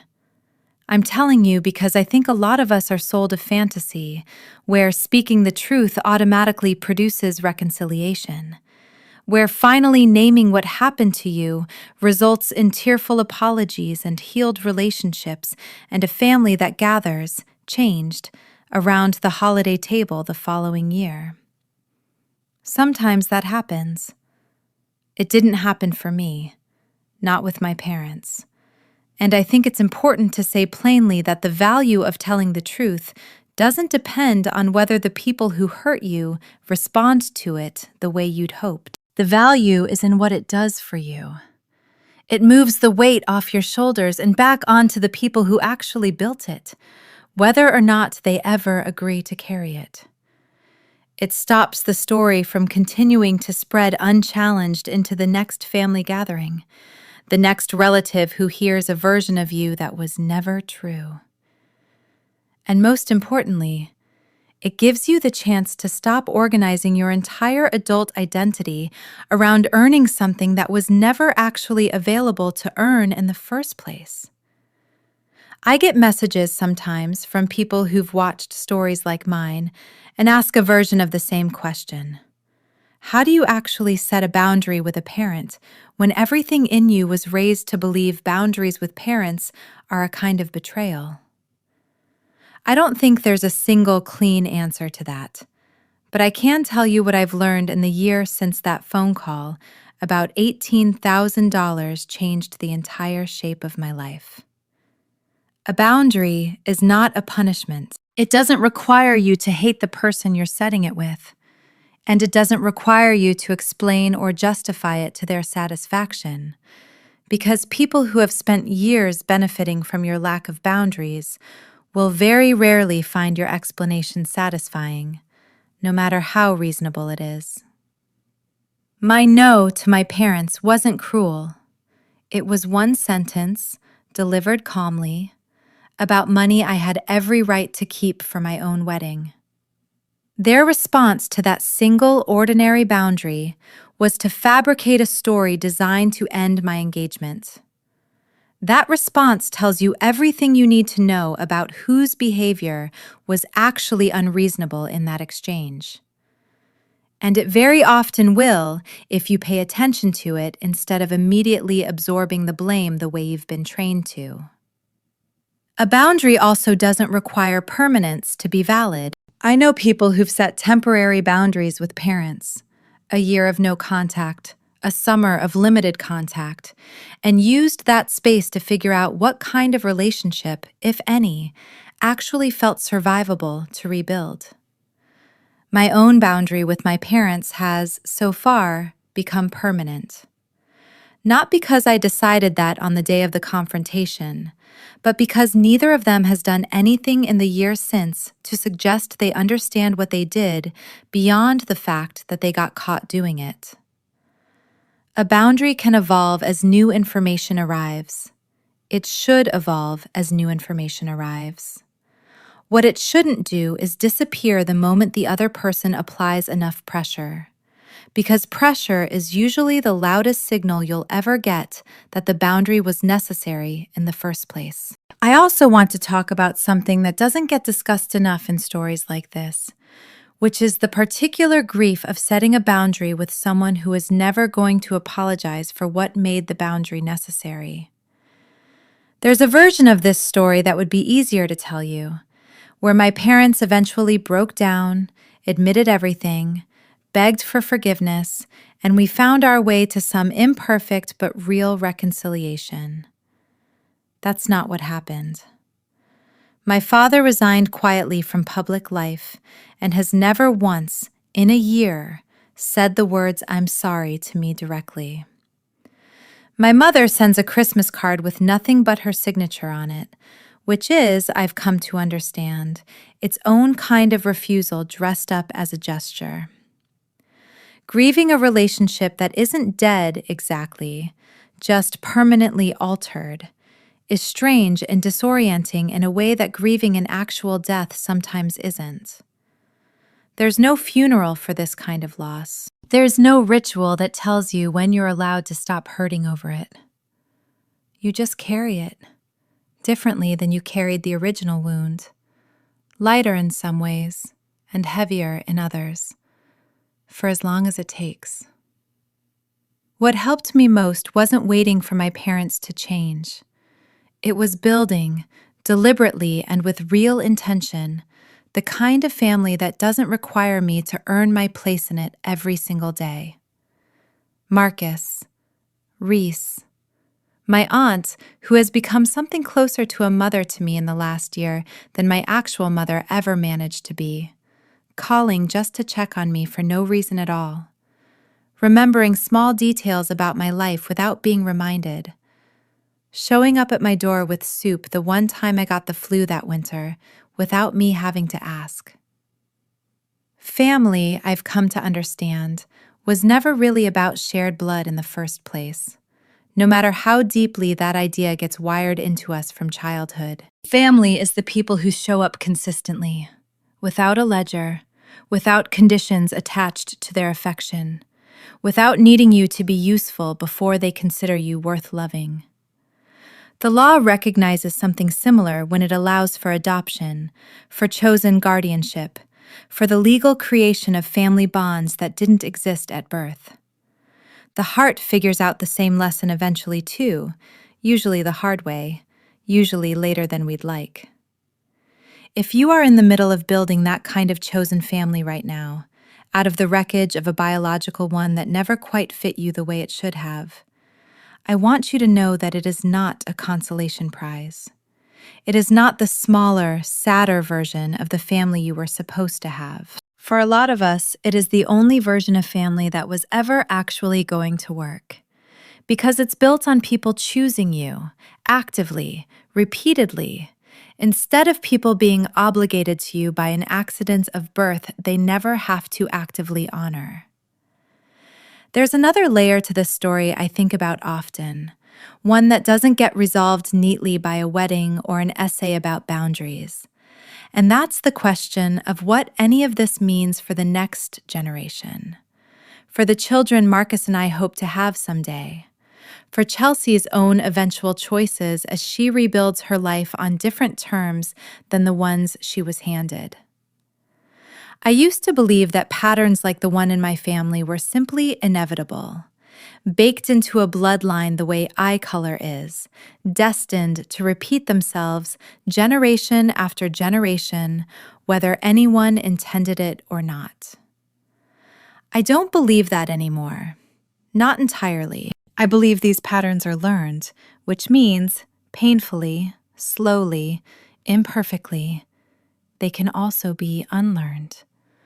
But unlearning them requires something my parents were never willing to do, which is look directly at the cost of their own choices instead of managing the story around them.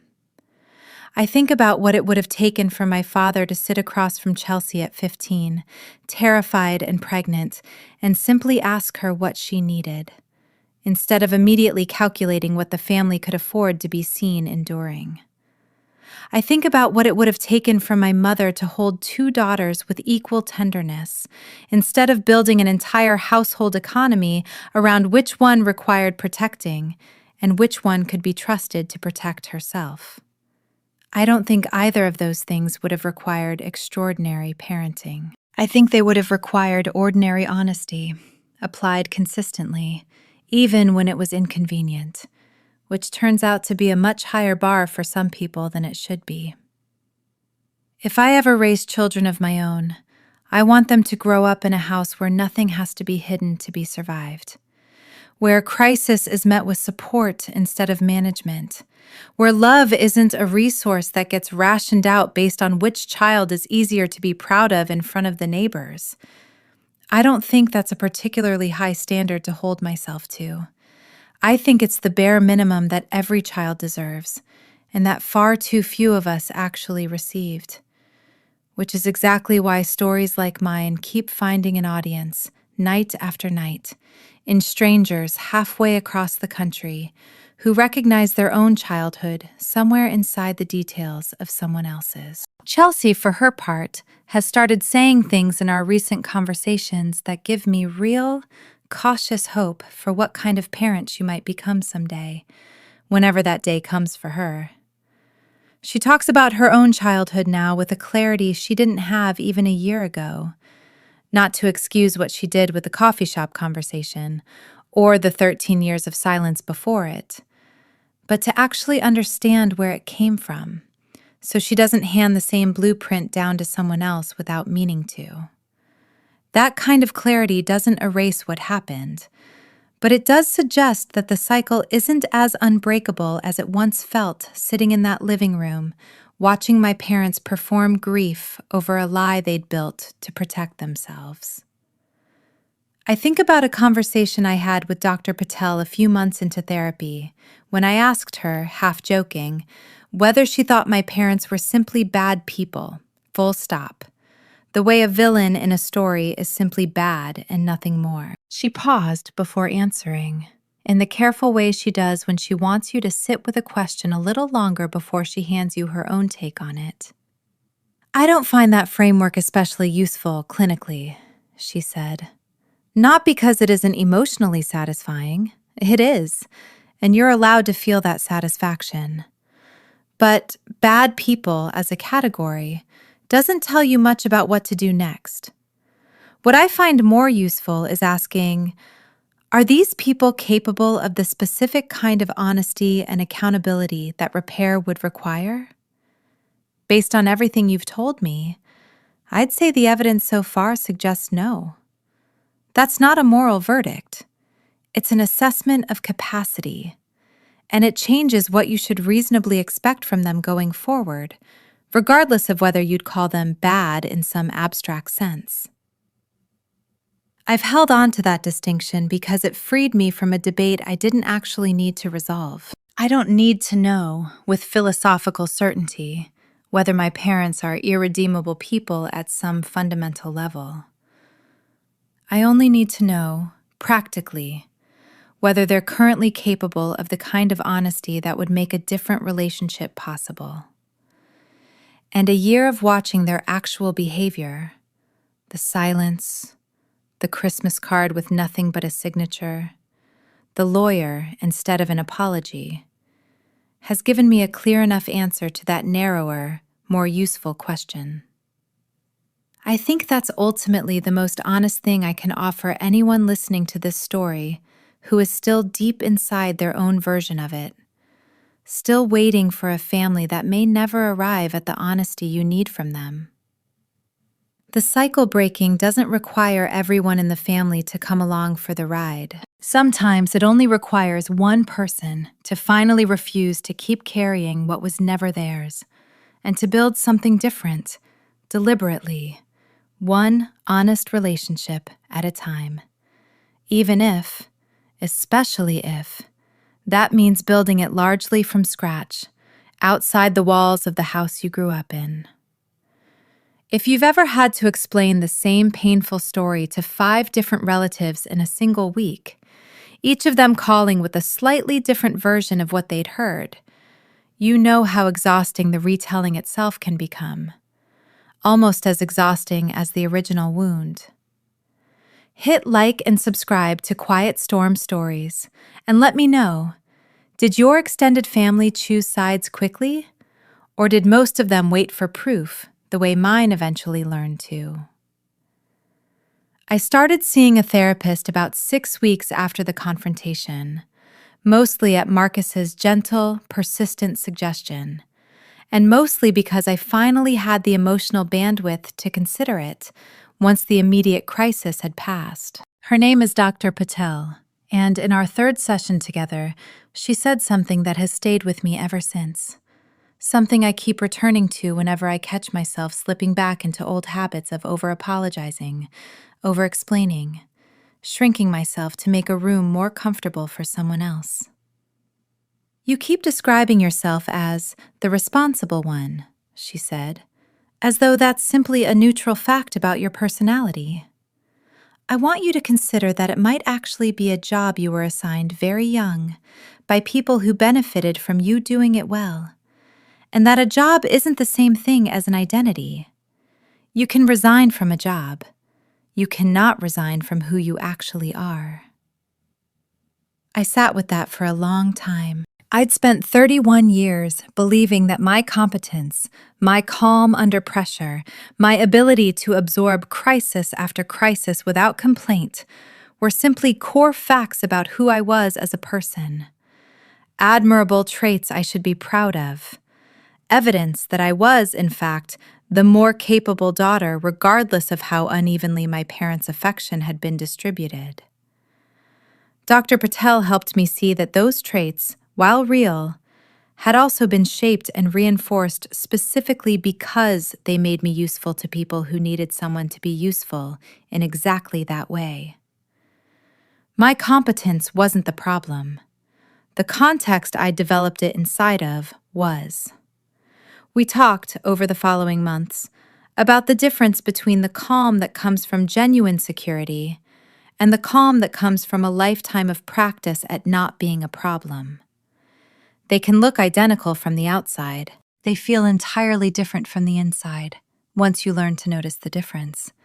And I'm still learning, honestly, most days, to tell them apart in real time instead of only in hindsight. Marcus's parents, for what it's worth, welcomed me into their family with a warmth that felt almost disorienting after everything with my own.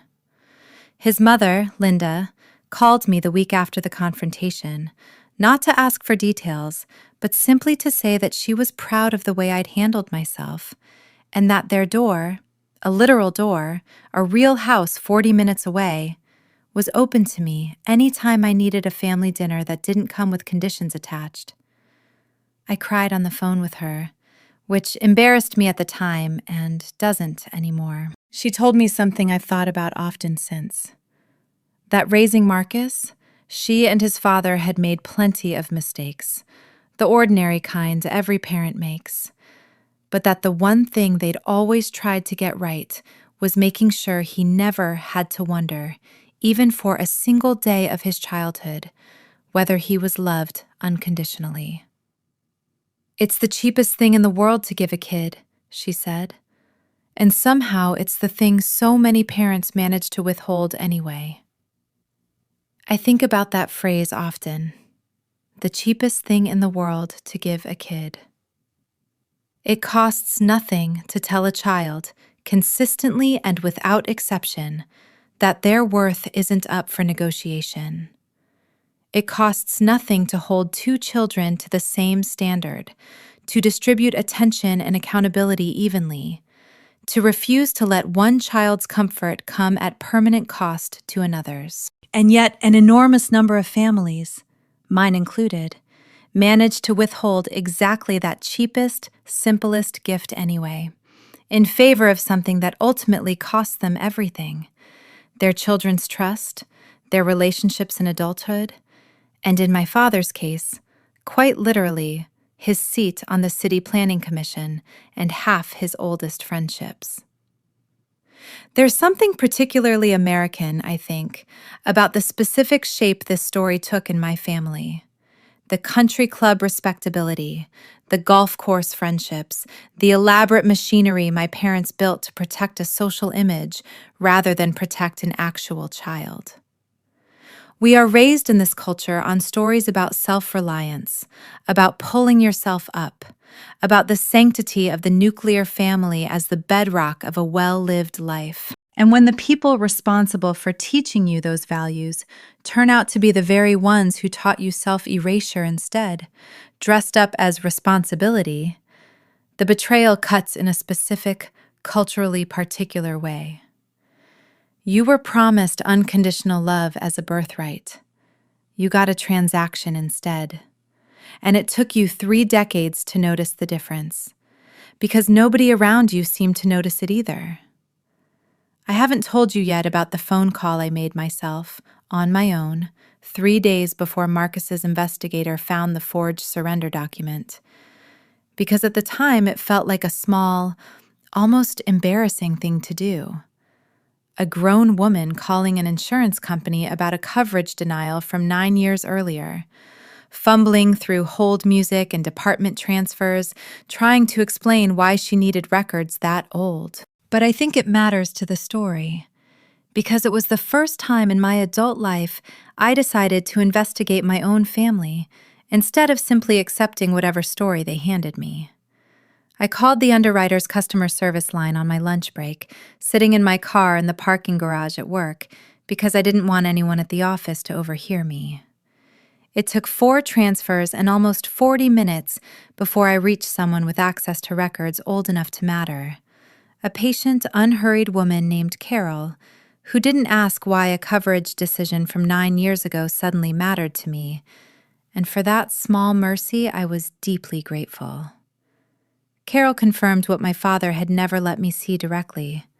There was, indeed, a flagged discrepancy on file from that year, referencing a maternity-related medical stay that didn't match the rest of my medical history. She couldn't give me the specific facility name over the phone without additional identity verification, and by the time I'd submitted the paperwork to formally request it, Marcus's investigator had already found the same information through an entirely different route, faster and more completely than I could have on my own. But I want to be honest about what that phone call meant to me, even though it ultimately wasn't the piece of evidence that broke the case open. It was the moment I stopped being a passive character in my own story. For 31 years, I had let my parents narrate my life back to me. What happened, why it happened, what it meant, whether I was allowed to ask questions about it.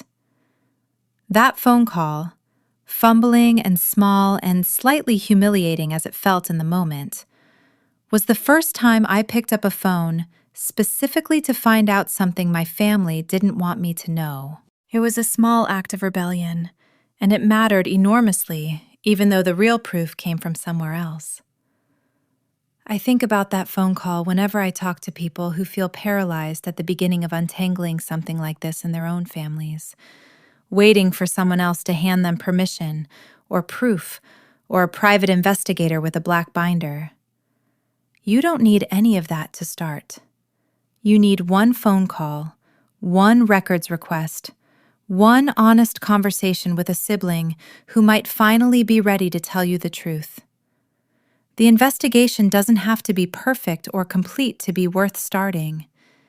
It just has to be yours. The relatives who called me during those 2 strange weeks between the steakhouse dinner and the confrontation each handled it differently, and I've thought a lot since about what separated the ones who waited for the truth from the ones who didn't. My aunt, my father's sister, called and said plainly, "Your mother told me something about you that I find very hard to believe, and I want to hear it from you before I decide what to think." That's all I needed from her. A pause, a willingness to hold 2 possibilities at once until the truth actually arrived. A cousin I hadn't spoken to in years took a different approach entirely, texting me a single line. "Wow, didn't see this coming. Hope you're doing okay, I guess." That managed to convey judgment and false sympathy in the same 19 words, without ever once asking me directly whether the story was even true. I didn't respond to that text. I still haven't, and I don't think I owe her a response. Not after a message like that. A family friend of my mother's, a woman I'd called Aunt Carol my whole childhood despite no blood relation, called specifically to tell me she was praying for our family during this difficult time, which was its own kind of quiet cruelty dressed up as compassion, an assumption of guilt delivered in the softest possible voice. I told her, as gently as I could manage, that I didn't need her prayers for a crisis that had never actually been mine, and that if she wanted to be helpful, she could wait for the facts instead of assuming them. Not everyone waits. I think that's an important thing to say plainly, because a lot of us hold out hope that the people around us will extend the benefit of the doubt automatically, the way we'd want to extend it to them. Some will. Some genuinely won't. And their failure to wait tells you something true and useful about the depth of their actual regard for you, whether or not you wanted that information at the time. Something unexpected happened to my career in the year after the confrontation, and I hesitate to include it because it can sound told wrong, like a neat little bow tied on top of a painful story. But I think it's honest, and I think it matters, so I'll tell it anyway. I got promoted 5 months after the wedding to regional director overseeing marketing across 4 properties instead of 1. My boss told me, in the review meeting where she offered it to me, that she'd noticed a shift in how I carried myself in meetings over the previous several months. Steadier, less apologetic before I'd even finished a sentence, less inclined to soften every recommendation into a question before anyone had challenged it. She didn't know why. I didn't tell her why, not in detail, though I suspect she'd have understood if I had. I think, looking back, that an enormous amount of energy I'd spent for years, managing my parents' moods, anticipating Chelsea's next crisis, bracing for whichever emergency phone call was going to interrupt whatever I'd been building for myself that week, simply became available for other things once it no longer had anywhere else to go. I hadn't realized how much of my daily bandwidth had been quietly rerouted toward my family's chaos until the rerouting stopped, and I found myself, for the first time in my adult life, with enough left over to actually pursue something for myself without the low hum of anxiety running underneath it. That's not a universal outcome, and I want to be careful not to promise it as one. Setting a boundary with a toxic family doesn't automatically produce a promotion, a happier marriage, a more successful year. For some people, the immediate aftermath is simply loss, without an obvious silver lining attached. And that loss is valid and real on its own terms, whether or not something good eventually grows in the space it leaves behind. I got lucky that something did, for me, in a fairly visible external way. I don't think that luck should be the reason anyone else decides whether their own boundary is worth setting. What I can say more confidently is that the internal shift was real, regardless of whether the promotion had ever come. I stopped bracing. I stopped waking up on Sunday mornings with a low, anticipatory dread about whatever the coming week might ask of me on my family's behalf. I started sleeping through the night for the first time in years, something I hadn't even fully registered as a problem until it resolved and I noticed, with something like shock, how exhausted I'd apparently been living for most of my adult life. Marcus noticed it too, in small ways. He mentioned only in passing, that I laughed more easily, that I stopped flinching slightly whenever his phone buzzed during dinner, that I finally, for the first time since he'd known me, stopped apologizing for taking up space in a restaurant booth. I don't know what my life would look like if I'd taken the $18,000 out of my wedding fund that Tuesday night and handed it over, the way I'd handed over so many things before without questioning it. I suspect I'd still be handing things over now, one crisis at a time, indefinitely, because that particular well never runs dry on its own. Families that operate the way mine did don't stop needing things. They simply keep finding new things to need, from whichever child has proven most willing to provide them, for as long as she keeps providing. The $18,000 was never really about the money, in the end, any more than my supposed secret baby was ever really about a baby. Both were tests in their own way. One to see whether I would keep performing the role I'd been assigned, and one to punish me, elaborately and specifically, when I finally declined to keep performing it. I failed the first test, from my parents' point of view, by saying no. I passed the second one, from my own point of view, by refusing to let their punishment define the rest of my life.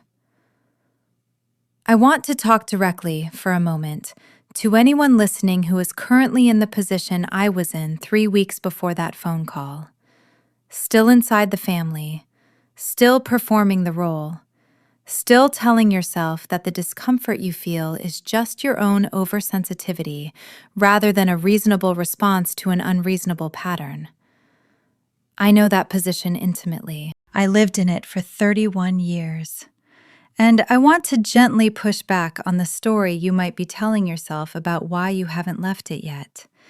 You might be telling yourself that it isn't that bad, that other people have it worse, that your family loves you in their own way, even if that way looks different from what you see in other families. Some of that might even be true. Love and dysfunction aren't mutually exclusive. Plenty of parents genuinely love their children while also simultaneously treating them in ways that cause real, lasting harm. My parents, I believe, loved me in some limited, conditional way, right up until the moment loving me stopped being convenient. That kind of love isn't nothing. It also isn't enough. And you're allowed to want more than the bare minimum from the people who raised you. You might be telling yourself that speaking up will make things worse, that the conflict itself isn't worth whatever peace currently exists, however fragile that peace actually is. I understand that fear intimately, because it kept me silent for 3 decades. But I want you to notice something about the peace you're protecting. Is it actually peace? Or is it simply the absence of open conflict, purchased at the cost of your own honesty. Those are two very different things, and only one of them is sustainable in the long run. You might be telling yourself that you'll deal with it eventually, once you're more stable, once you have more evidence, once the timing is better. I understand that instinct too. But I gently point out that my own reckoning didn't arrive because I finally felt ready for it. It arrived because my parents forced the issue by attacking my engagement, and I had to respond in real time, with far less preparation than I would have chosen if the timing had been up to me. Sometimes the moment picks you. When it does, you don't need to feel ready. You just need to be willing to tell the truth once the moment arrives, even imperfectly, even without a black binder full of proof waiting on hand. And if you're waiting for permission, from a therapist, from a friend, from a story like this one, to finally trust your own read of your own family, I want to offer you mine, for whatever it's worth from a stranger you've never met. If a pattern in your family consistently leaves you feeling smaller, more anxious, more responsible for everyone else's comfort than anyone is for yours, you don't need additional proof to start asking questions about it. You are allowed to trust the discomfort itself as valid information, long before you have a forged document or a private investigator to back it up. If any part of tonight's story has felt like I was describing your own childhood back to you, with different names attached, please hear this clearly. Hit like, subscribe to Quiet Storm Stories, and drop a comment telling me your age and where you're watching from. I read every single one, and more than that, I want you to know that whatever pattern you recognize tonight has a name, and other people carrying it are sitting in this comment section with you right now, even if none of you can see each other. I also want to address something I've noticed in the comments on stories like this one before, which is the assumption that once you cut off a toxic parent, the relief is immediate and total. For me, it wasn't. Not entirely. And I think it's worth being honest about that instead of pretending the ending was cleaner than it actually was. For the first several months, I had dreams about my mother almost weekly. Not nightmares exactly, just strange, mundane dreams where we were doing ordinary things together, grocery shopping, folding laundry, and I'd wake up disoriented, briefly forgetting for a few seconds that anything had changed between us at all, before the memory of the confrontation settled back over me like a weight resuming its place. I don't have those dreams as often anymore, but they haven't disappeared entirely, even now, more than a year out. I also went through a period, around month 4, where I found myself defending my parents reflexively in conversations with people who didn't know the full story yet, softening what had happened into something more forgivable than it actually was, almost out of habit, the same old instinct to protect the family image that I'd apparently absorbed more deeply than I wanted to admit. Dr. Patel helped me recognize that pattern too, the way estrangement doesn't automatically undo decades of conditioning, even when the conditioning is no longer being actively reinforced by daily contact. What I want anyone in an earlier stage of this process to know is that the relief is real, but it's not linear, and it doesn't arrive all at once on the day of the big confrontation. It arrives in pieces, unevenly, over a longer stretch of time than the dramatic version of the story usually suggests. Some days, more than a year out, still catch me off guard. A stranger's mother doing something small and kind in a grocery store line. An old photo that surfaces in a shared album from a cousin's phone. A wedding invitation for someone else's ceremony that makes me think, briefly, of the empty chairs at my own. Those moments still land. I've simply gotten better at letting them land, without letting them undo the progress underneath them. I've spent a long time now thinking about what actually changed inside me between the girl who let her father snatch an insurance letter out of her hands at 22 without asking a single follow-up question, and the woman who sat in her own living room a decade later and watched her parents' story collapse under the weight of its own contradictions without flinching. I don't think it was courage exactly, though people have used that word to describe it since. I think it was closer to exhaustion, the specific, bone-deep exhaustion of having spent 3 decades trying to earn something that was never actually for sale. There's a particular moment I keep returning to, out of everything that happened during those strange, difficult weeks. And it isn't the confrontation itself, dramatic as that was. It's a much smaller moment, from the Saturday I spent directing someone else's wedding with my mother's gloating text sitting unanswered on my phone. At the very end of that shift, after the last guest had left and the catering staff had started breaking down the tables, I stood alone in the empty ballroom for a few minutes before heading home, surrounded by wilting orchids and the faint smell of candle wax. And I felt something I hadn't expected to feel at all in the middle of the worst week of my adult life. I felt proud of myself. Not for anything dramatic, just for getting through the day, functioning, doing my job well despite everything collapsing around the edges of it, refusing to let my family's chaos bleed into the one part of my life that was still fully mine. It was such a small, quiet thing to feel proud of, compared to everything else happening that week. But I think it was actually the moment the shift really started. Not the confrontation 2 weeks later, not the binder, not even Marcus's unwavering loyalty through all of it, as important as all of that was. It started in an empty ballroom, alone, when I realized I could hold myself together even when the people who were supposed to hold me together had chosen, deliberately, to try to tear me apart instead. I think that's the part of stories like mine that gets lost sometimes in the drama of the reveal, the satisfaction of watching a villain get caught with the evidence laid out in front of them. The real turning point rarely happens in the dramatic confrontation scene. It happens quietly, earlier, in some unremarkable moment when you finally, fully believe your own version of events without needing anyone else's permission to believe it. My parents needed me to keep doubting myself in order for their story to work. The entire architecture of what they built, the forged signature, the insurance cover story, the anonymous message sent to Marcus's professional account, the frantic phone calls to relatives, all of it depended on me not trusting my own read of my own life clearly enough to push back.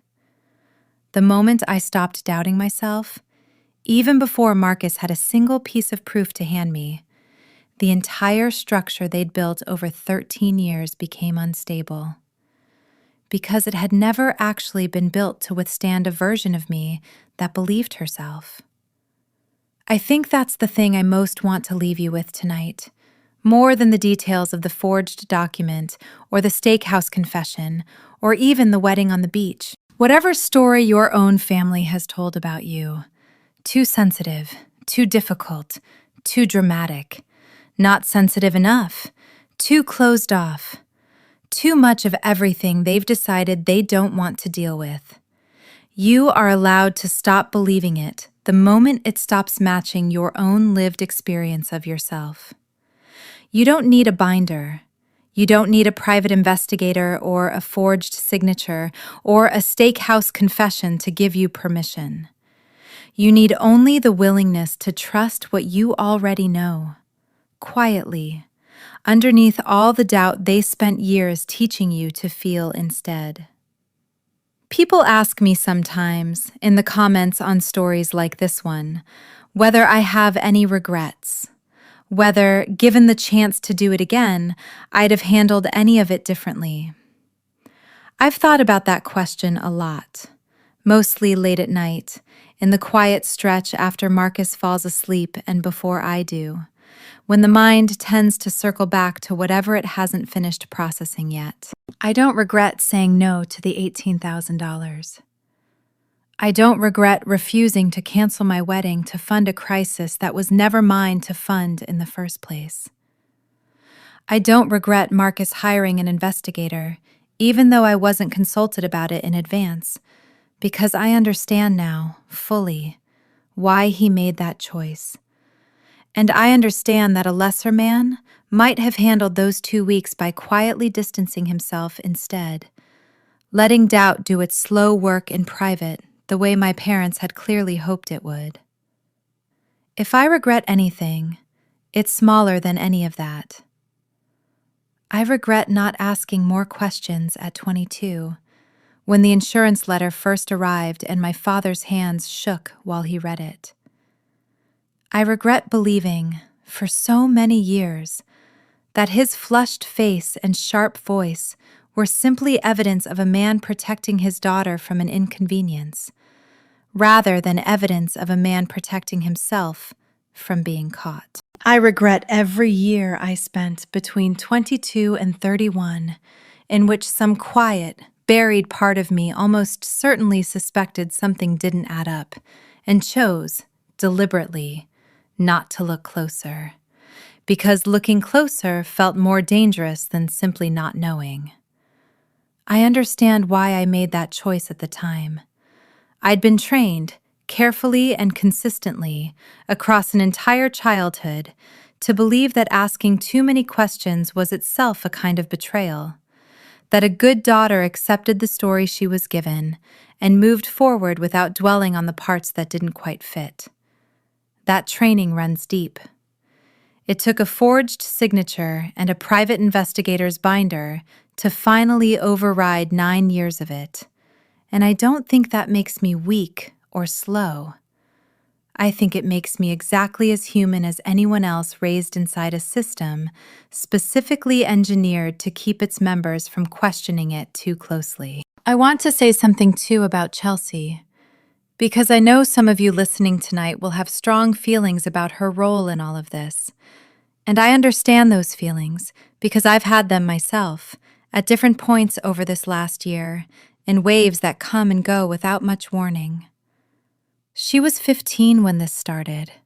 She didn't choose to have our parents forge my signature on a legal document.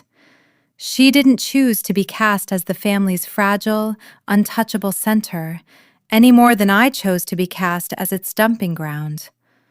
Both of us were handed roles before we were old enough to understand what we were agreeing to. And both of us spent over a decade living inside those roles because nobody around us ever suggested there might be another option. What Chelsea did choose, as an adult, was to let the lie stand for 13 years rather than risk her own comfort to correct it. What she also chose, more recently, was to sit at a family dinner table and finally say the truth out loud, in front of everyone, even though it cost her something significant to do it. I think both of those choices are real, and I think holding both of them at once, the harm she allowed and the accountability she eventually took, is the only honest way to think about her role in this story. I'm not interested in a version of this where she becomes a second villain simply because it would make the narrative cleaner. Real families, real harm, and real repair are rarely that clean, no matter how satisfying a tidier version might feel to tell. I think about my father sometimes too, in a way that surprises me. Not with anger, exactly, though the anger is still there when I let myself feel it fully, but with a kind of distant, clinical curiosity about what made a man choose image over honesty so consistently for so many years that it never once seemed to occur to him there might be a real cost attached to the choice. I don't know his own childhood well enough to understand where that instinct came from. I suspect, if I asked, I'd find a version of this same pattern one generation further back, quietly repeating itself the way these patterns so often do, passed down like an inheritance nobody ever consciously agreed to accept. I don't say that to excuse him. I say it because I think understanding where a pattern comes from is different from excusing someone for continuing it. And I think both of those things can be true simultaneously without canceling each other out. My father was very likely shaped by forces that predate me entirely.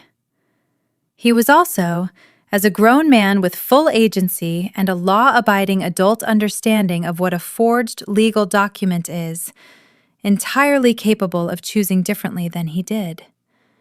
And he chose not to, repeatedly, across 13 years, right up through a steakhouse dinner where he apparently cried real tears over a story he'd built to protect himself rather than the daughter he was supposedly protecting.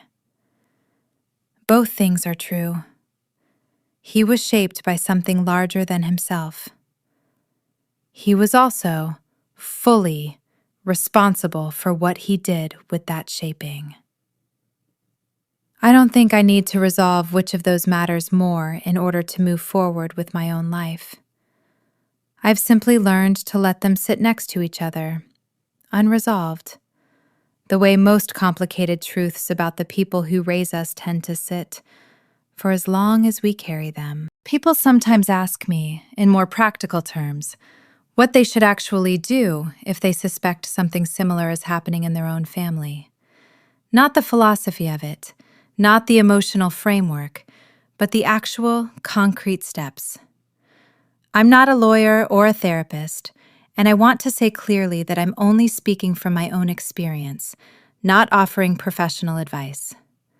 But, for whatever it's worth, here's what I wish someone had told me before I ever picked up that phone on a Tuesday night.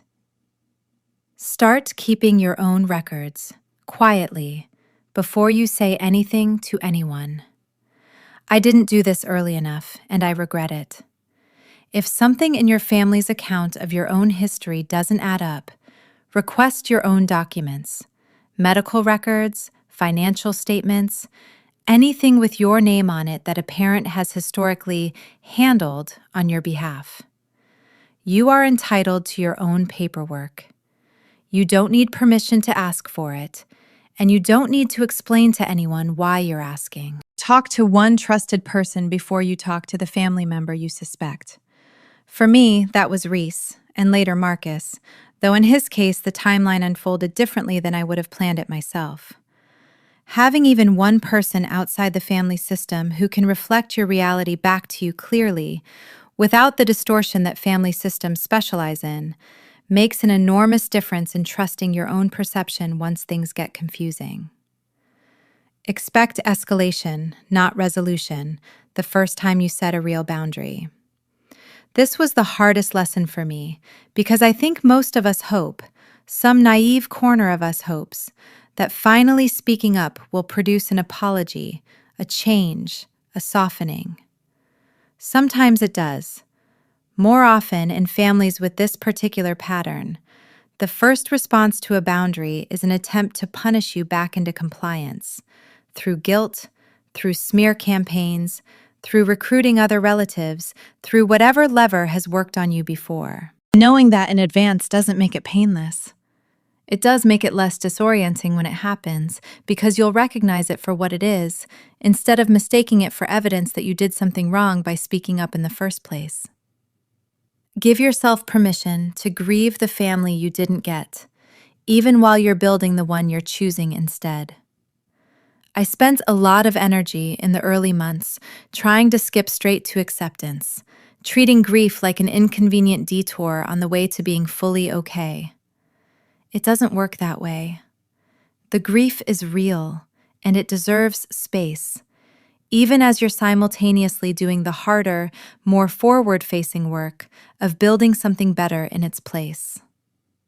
And finally, don't wait for a black binder. I've told this story with a dramatic reveal at its center because that's how it actually happened for me. Marcus's investigation gave me undeniable proof, and I'm grateful for it. But most people don't get a private investigator and a forged signature analysis handed to them on a coffee table. Most people have to act on something much less definitive, a persistent feeling, an inconsistency that doesn't add up, a pattern that keeps repeating no matter how many times you tell yourself you're overreacting. You don't need forensic-grade proof to be allowed to trust yourself. You're allowed to start setting boundaries based on what you already, quietly, know. A week in the mountains outside Asheville instead of the overseas trip we'd originally planned, because after everything that had happened, neither of us particularly wanted to be more than a few hours from home just yet. We rented a small cabin with a wraparound porch and no cell signal to speak of, and for the first time in over a year, I went 5 full days without checking my phone for a single message from anyone in my family. Because there was, for once, genuinely nothing left to check for.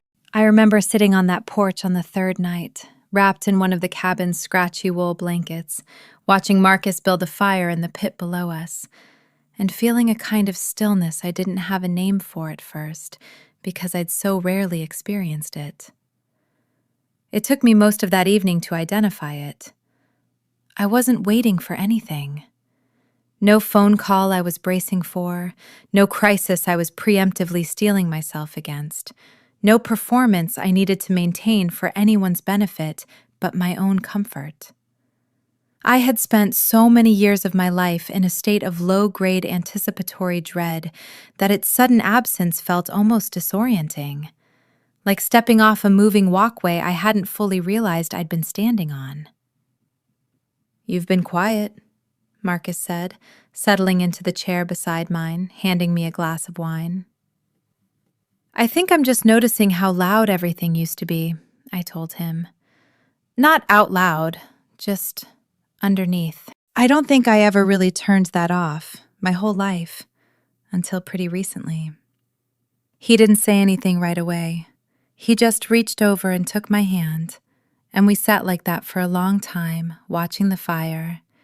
And I thought about how strange it was that the quietest, least dramatic moment of that entire year, no confrontation, no binder, no forged document, just 2 people on a porch in the mountains, felt like the truest proof yet that something in my life had actually, permanently changed. We talked that week about all sorts of things we hadn't had the emotional room for during the chaos of the 2 weeks before the wedding. What kind of home we wanted to build, whether we wanted children someday and what kind of parents we hoped to become if we did, how we wanted to handle holidays going forward now that mine had been so thoroughly upended. Marcus told me, somewhere around the 4th night, that he'd worried, quietly, during those 2 weeks of investigation, that even once the truth came out, I might still choose to maintain some relationship with my parents, out of habit or guilt, the way people sometimes do even after everything. "Would that have bothered you?" I asked him. "No," he said, after a moment of real consideration, the kind he gives to questions that matter to him. "It would have been your choice to make, and I'd have supported whatever you decided. I just wanted you to make it because it was actually what you wanted, not because some old voice in your head told you that you had to." I think that's part of what made it possible for me to walk away as cleanly as I ultimately did. Not pressure from Marcus to cut my parents off, but the simple, steady knowledge that whatever I chose, he wasn't going to love me any less for choosing it. For 31 years, every relationship I'd ever had with my family came with strings attached, conditions I mostly didn't even realize I was meeting until I stopped meeting them and watched the relationship reveal itself for what it had actually been the whole time. Marcus was the first person who ever made it clear, consistently, that his love for me didn't come with an invoice attached. It took the whole ugly mess with my parents to fully understand what that kind of love actually felt like from the inside, because I'd never had anything to compare it to before. We came home from that honeymoon rested in a way that had nothing to do with sleep, and everything to do with finally, briefly, existing somewhere my family's chaos couldn't reach. I've tried to hold on to some version of that feeling ever since. On the harder days, The ones where an old reflex still tugs at me to reach out, to check in, to see if enough time has passed that the relationship might somehow have repaired itself without either of us doing any of the actual work required to repair it. It hasn't, of course. Time alone was never going to fix what happened. But the reflex still visits sometimes, quieter now than it used to be, and I've learned to notice it, name it, and let it pass without acting on it, the way you might notice a wave building, and simply let it break somewhere that isn't you. There's a mythology woven into the way most of us are raised in this country, a picture of family as an automatic sanctuary, immune by default to the kind of calculated betrayal I've described tonight. We're told, from before we can even fully understand the words, that blood runs thicker than water, that a parent's love is the one truly unconditional force in an otherwise conditional world. It's a beautiful story. For a lot of families, it's even mostly true. But for a meaningful number of us, the gap between that mythology and our actual lived experience becomes the site of a very specific, very lonely kind of grief. The grief of loving people who were never quite capable of loving you back the way the mythology promised they would. I think the hardest part of a story like mine isn't the forged document or the anonymous message, or even the 2 empty folding chairs at my own wedding. The hardest part is the ongoing daily work of unlearning 31 years of conditioning that told me love had to be earned, that my needs were an inconvenience, that being useful was the closest I'd ever get to being cherished. That unlearning doesn't finish on your wedding day, no matter how satisfying the confrontation scene was that got you there. It's slower than that, and less cinematic, and it shows up in 1,000 small moments afterward. The instinct to apologize before you've even finished a sentence, the reflex to check whether you've made someone else too uncomfortable before you check whether your own needs were met. The quiet surprise, still, more than a year later, whenever someone loves you without first requiring anything of you in return. I don't know if that unlearning ever fully finishes. I suspect it doesn't, not completely.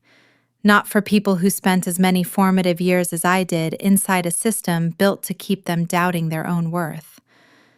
But I've learned that it doesn't need to finish for the life to still be worth building. Marcus and I have a home now that operates on different rules than the one I grew up in. Rules where the truth is always safe to say out loud, where nobody's comfort gets purchased at permanent cost to someone else's, where love isn't rationed according to who's easiest to be proud of that week.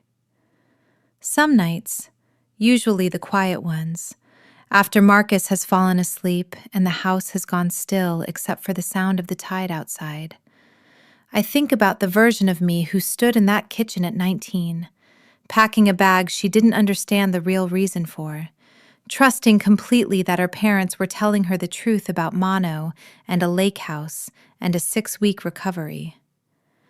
I wish I could tell her what I know now. I wish I could tell her that the exhaustion she felt that fall wasn't really about a virus, that the story she was about to spend 13 years believing was never actually hers, that somewhere down the road, a man was going to sit across from her parents in a living room and refuse to let them rewrite her one more time. I can't tell her any of that. But I can live, now, in a way that makes the version of her who eventually finds out proud of what she built with the truth once she finally had it. That feels, most days, like enough. As I look at the family I came from and the family I've chosen to build in its place, I find myself circling the same quiet question over and over. The kind of question that doesn't resolve neatly no matter how many times you turn it over. The past can't be rewritten. The specific wound of learning at 31 that your own medical history had been quietly falsified to protect someone else's reputation doesn't simply heal because the truth eventually came out.